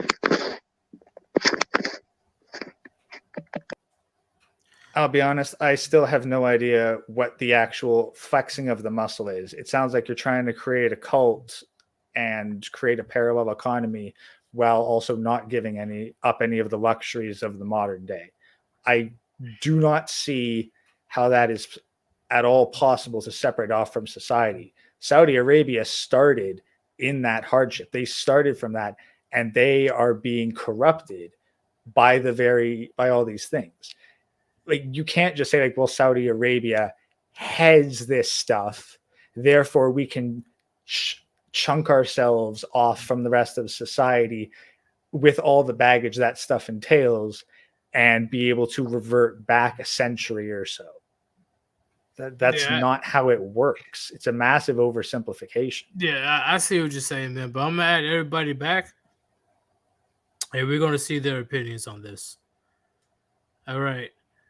Kereon, Joey, Angler, Andrew, MGTOW forever. Yo. So, based on that conversation, what are you guys' opinions? I'll let Luke go first. Unless they want me to go first. You have to dictate the order of speaking or no one's going to talk. Oh, you want me to go first? Oh, yeah. No, you have to dictate who speaks first. Otherwise, everyone's going to wait. Bad. My bad. MGTOW forever will definitely go first. All right. I mean, some of the argument kind of reminded me of TFM's argument about the Amish, but he was kind of wrong on a lot of it. Right. But he was, in the beginning, he was going in the right direction for a little bit. until he started to get out of control. I'm like, dude, you were doing so good. Like, what the hell are you saying now? So okay, all right. I see what you're saying. Angler MGTOW. What really struck out to me was the way that he said he wanted to flex a muscle, but he said, no guns or anything like that could be involved. But I don't really think that we're at that point where you can flex the muscle without a fucking firearm. I hate to say that. I really fucking do. But right now, I gotta stop you guys. Welcome to the one, the only Rishi. Oh my fucking god! It's just Rishi. Don't get mad at me, bro. Fuck. I got the whole thing gave me an aneurysm. How you doing, Ben? I'm doing fine. I was listening to the streamerphobe. Hey, man, what do you look alike? He's Angler. the streamerphobe. Hey, hold up. Angler, Yes. did you finish your point? Or not yet? No, I'm good, dude. Oh, you good? Yeah, let's hear somebody else. All right, I'm gonna go for Rishi. Rishi, based on what you just listened to, what's your opinion? I listened to that whole thing. And he kept on bringing up Saudi Arabia, a Muslim country. He couldn't bring up one example from the States. And as I think it was Liberty Prime brought up in the chat, like Waco, let me see what it was. It was like Waco, all these like people that have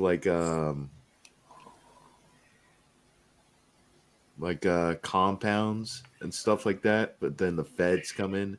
Are you talking about the Waco shooting with the religious, the church? Yeah, something like that. Maybe they happened like late 80s, something like that. Communities, but you don't think it can happen again? Yeah. I mean, listen, we do something like that, it's probably going to end up in failure. I'm going to be honest with you. And all this guy could bring up is just like Muslims. It was legal. Yeah, that's the thing. They could just like roll up. Like, imagine the feds field day that the media would have if we start something where we act like the Amish and we have our little compound. Like, that's just asking for it. So, no, thing is the Amish are kind of just doing their own thing, which is why they left alone. No. They're big enough numbers, and they just but the Amish, they don't ride, fuck around with the Amish ride like carts. They don't have like any technology. They don't really have any like firearms. They're not really a threat. Well, they have cell phones for emergencies, but that's it. Well, but the majority of their income is buying or not buying. I'm sorry. Bad word. They build and sell things. Okay. They have general stores. No, the Amish are very fucking smart. Yes, they do have general stores. There's one. You can sell whatever. Hey, I'm gonna stop you guys right here. Hold up. MGTOW Forever, you have another slot in the background. Do I? Yeah, you do. No, hold up. Hold up, Rishi. Sorry. I think we should let Rishi keep going here. No. We need to continue. Well, I wasn't done with you have another spot in the StreamYard link. Like, you're here in the chat, but there's another one. MGTOW Forever right here. So I didn't add in yet. There's two accounts. Come back in? If I remove you, I don't know if I'm gonna remove you completely. That's what I'm saying. So I'm gonna do it right now. All right, 3, 2, 1, bam. Okay, you're good. You're good. Okay. Cool. Okay. Well, I'll just say I'm still in here. Maybe someone made it. But Rishi, what were you saying? But anyway, to finish on my point, I agree with Gray. This guy is way too optimistic about the state of men. And it's bad right now, boys. Like, they're pretty much laying the groundwork to call us terrorists, right? And you've seen the Canadian stuff that's going on up in Canada. Yeah. You guys got to realize that's just like the first news story to come out. Like, let me give one example here to back my stuff up. So there's this one guy, and he's very much like saying that, like, there will never be communism in Canada. I got 14 reasons in my basement. But they're halfway there already. But but at the same time, he got completely jabbed up for the perks. Oh yeah. And he's also willing, if someone comes to his house, he's going to wait for them to get inside because he thinks that gives him the legal right to shoot them, which in Canada it doesn't. Yeah. And look, it's a nice feeling, to think that people are like sane. Well, I don't want to say sane, but like people will stand up when the time comes. When the time comes, we will, stand up and defend our freedoms. Well, the time, it's honestly come and pass. Opportunities have come and passed, and the American people have shown themselves, for the majority, I'm not talking about us, the American people that are not us have shown that they're unwilling to do anything about this. Well, and that's sad. I think I don't say that with any joy or sense of superiority or intellectual kind of shit, but that's just how it is. It is what it is. Yeah.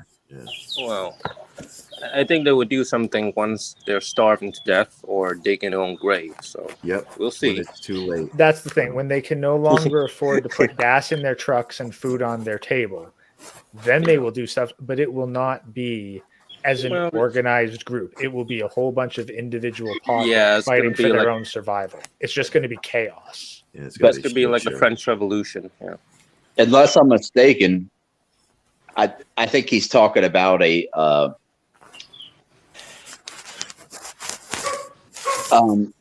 forgive my harsh words, and forgive me if I'm wrong, Rishi, but are you talking about shooting other people? What? Like us? Like, what do you mean? When people are starving, I'm talking about shooting these motherfuckers that are causing what everybody else right here, right now, is talking about causing, like just being over it. And that wouldn't work. Like, we would literally be at work. I don't even think we'd be martyrs. We just give our opposition fuel, and honestly, it's kind of pointless to do that. You've seen, like, how many times have they used, the Supreme Gentleman ER to, like, pretty much discredit us and to say we're all like violent incels. So it's just giving them more ammunition against us, honestly. And it doesn't really do much of anything. Like, this is the amount of control that they're able to get with one 4-year-old example. One example in 4 years. And this is the amount of influence they're able to have over the population. Yep. That's how it is. I talked about it in I'm sorry, Rishi. I talked about in an earlier video about just turning our backs on these people and just completely walking away from them, which is the obvious, message and what we're trying to do. And like Rishi said, and a lot of us know about what happened up in Canada with Hammerhand, and God damn that shit. Fuck that bullshit. But just turning our backs on them and well, now here's the other problem. The government owns all the land. Communism. Like, you never own your property when you buy it. You still must pay taxes. Trust me, I understand that. So, tax, so now this is where the Amish work. They are able to own and pay for their land by living incredibly minimalist lifestyles, basically only exporting with almost no importing, and they have almost no reliance on the infrastructure. So the only thing they have to pay to the government is taxes. and the government will leave them alone. Yep. Well, you want to know what the technical thing about is that property tax gets grandfathered in, for one, as it's passed down to the family, and the rebuilding, the remodeling, reconstructing old building, there's a lot more lenient than building ground up. So you can rebuild building as long as you don't tear down. That's how it is in California, but I'm sure in the States. By the way, it sounds somebody's doing something right. But yeah, if it's grandfathered down, family members to family members, the law are more lenient on remodeling, reconstructing the entire building, like along with having the church bankrupting some property. Hey, Andrew, you might want to mute yourself. We're hearing your entire like chicken coop. Dogs, something like that. I think it's chickens. Quiet. Hold on. This is It's 9. Well, they're laying eggs. What So. kind of, you have chickens going off at 9:30 p.m. That's okay, man. Just mute yourself unless you're like talking. You know? Yeah. Okay, if you wanna say Crab something. lives on a farm. 12:30 here, bro. But I'll just say this, and I'll just make my exit.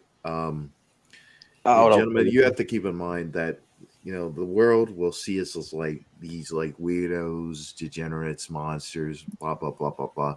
But in reality, we are ahead of the curve. We can see where a lot of this shit is going, and nobody wants to fix it but us. So prepare. I don't want to fix it. All right, Well, hey. yes, I guess, but No, you're in the right mindset. That's It's what I'm not saying. worth So, fixing. Why would I want to fix or Bro, hey, let Rishi talk. I was just building up to that. It's not worth fixing because honestly, nobody cares about it. So just prepare. Just network with the right people. Do whatever you can to prepare for the shitstorm that's about to happen. Exactly what I do.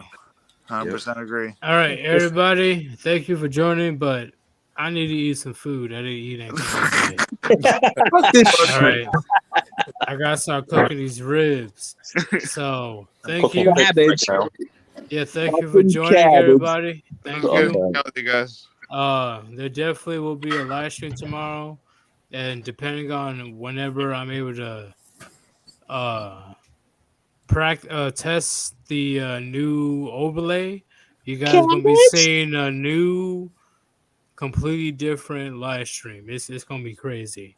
So thank you guys for joining, and I'll see you tomorrow. All right. There. Nice. All right, Poonie T. Who you did? Cabbage. Oh, God. Said something about cabbage, but hey, MGTOW Forever, you good? Yeah. What do you want to say to the Warband before you head out? No, it was a good night. I mean, I called in the Chronix channel plenty of times, but first time I actually got to hang out for longer, like 10 minutes. So no, it was a fun ass night. I love it. Yeah, definitely good, man. And don't hesitate to join back again. It's definitely going to be a good conversation tomorrow when I talk about religion versus philosophy. I know that because I was growing up as a fucking hardcore Bible thumping kid because of my dad. I definitely have plenty of opinions on that. There's going to be a lot of butt heading when it comes to this stuff because religion and philosophy, it can't work together completely, but you can't live without them. So there's morals and standards, integrity, and there's some things that you take the good with the bad. I mean, there's a lot of things that you disagree with, and there's some things that you could build a normal family on. Exactly. But thank you for joining, man. All right, that's good. I'll see you guys tomorrow. All right, Poonie T. Poonie T. Let's go. Oh, there's your boy, Sir Yeetus, the one and only. If you guys want to support the channel, you guys can go ahead and click on the link above and donate to paypal.me/Sir Yeetus. I'm still trying to get even more art. There's new art coming along very soon. Tomorrow you guys are gonna see a new format, new everything. It's gonna be crazy. But when it comes to men being appreciated, where is the appreciation when it comes to modern men in 2022? There is no appreciation because modern women, they are entitled to a man's resources, hard labor, hell, even in his fucking life. Okay. Which is why I'm gonna bring up the Jada and Will Smith situation all over again. There's a lot of women, especially black women, celebrating what Will Smith did, knowing that it ain't the fucking Oscars in real life. If you were in the streets, that you were gonna go walk up to him and smack him just because he made a fucking joke, how do you know that he ain't gonna have a weapon on him? How do you know that he ain't gonna have his goons on him? And then bam, you're gonna be sent to the hospital or you're gonna be carried by 6. Don't listen to that shit, gentlemen. Do not listen to it one bit. Okay, a woman cannot determine what it is to be a man. A woman cannot raise a boy to be a man. Why? Because a woman never has been raised how to be a man. But what Sir Yeetus, what about the daughter thing? What about the daughters? Why you ain't talking about that? See, here's the thing. The hunters, they study their prey, okay? And who primarily hunts for the puniti? Men, okay? That's why men, they at times, they know more about women than women know themselves. I'm not wrong at all. A lot of women, they're oblivious to their actions, their horrible actions and their horrible behavior and their horrible decisions.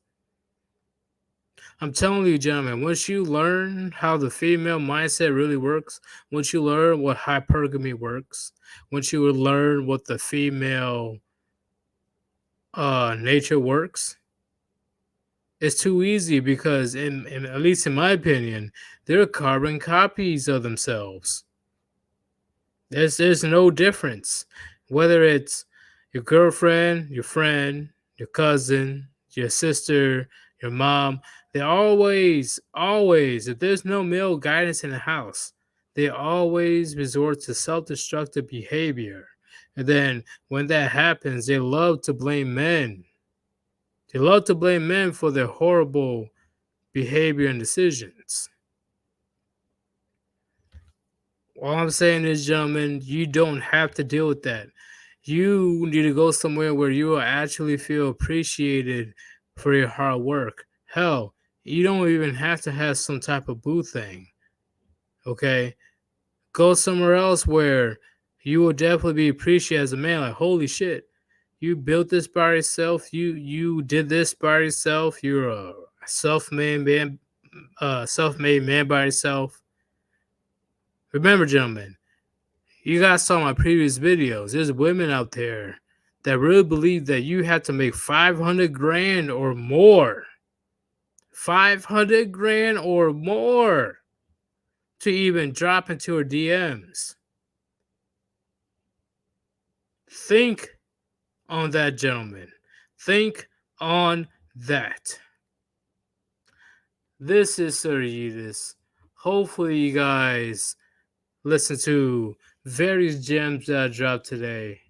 And I am out.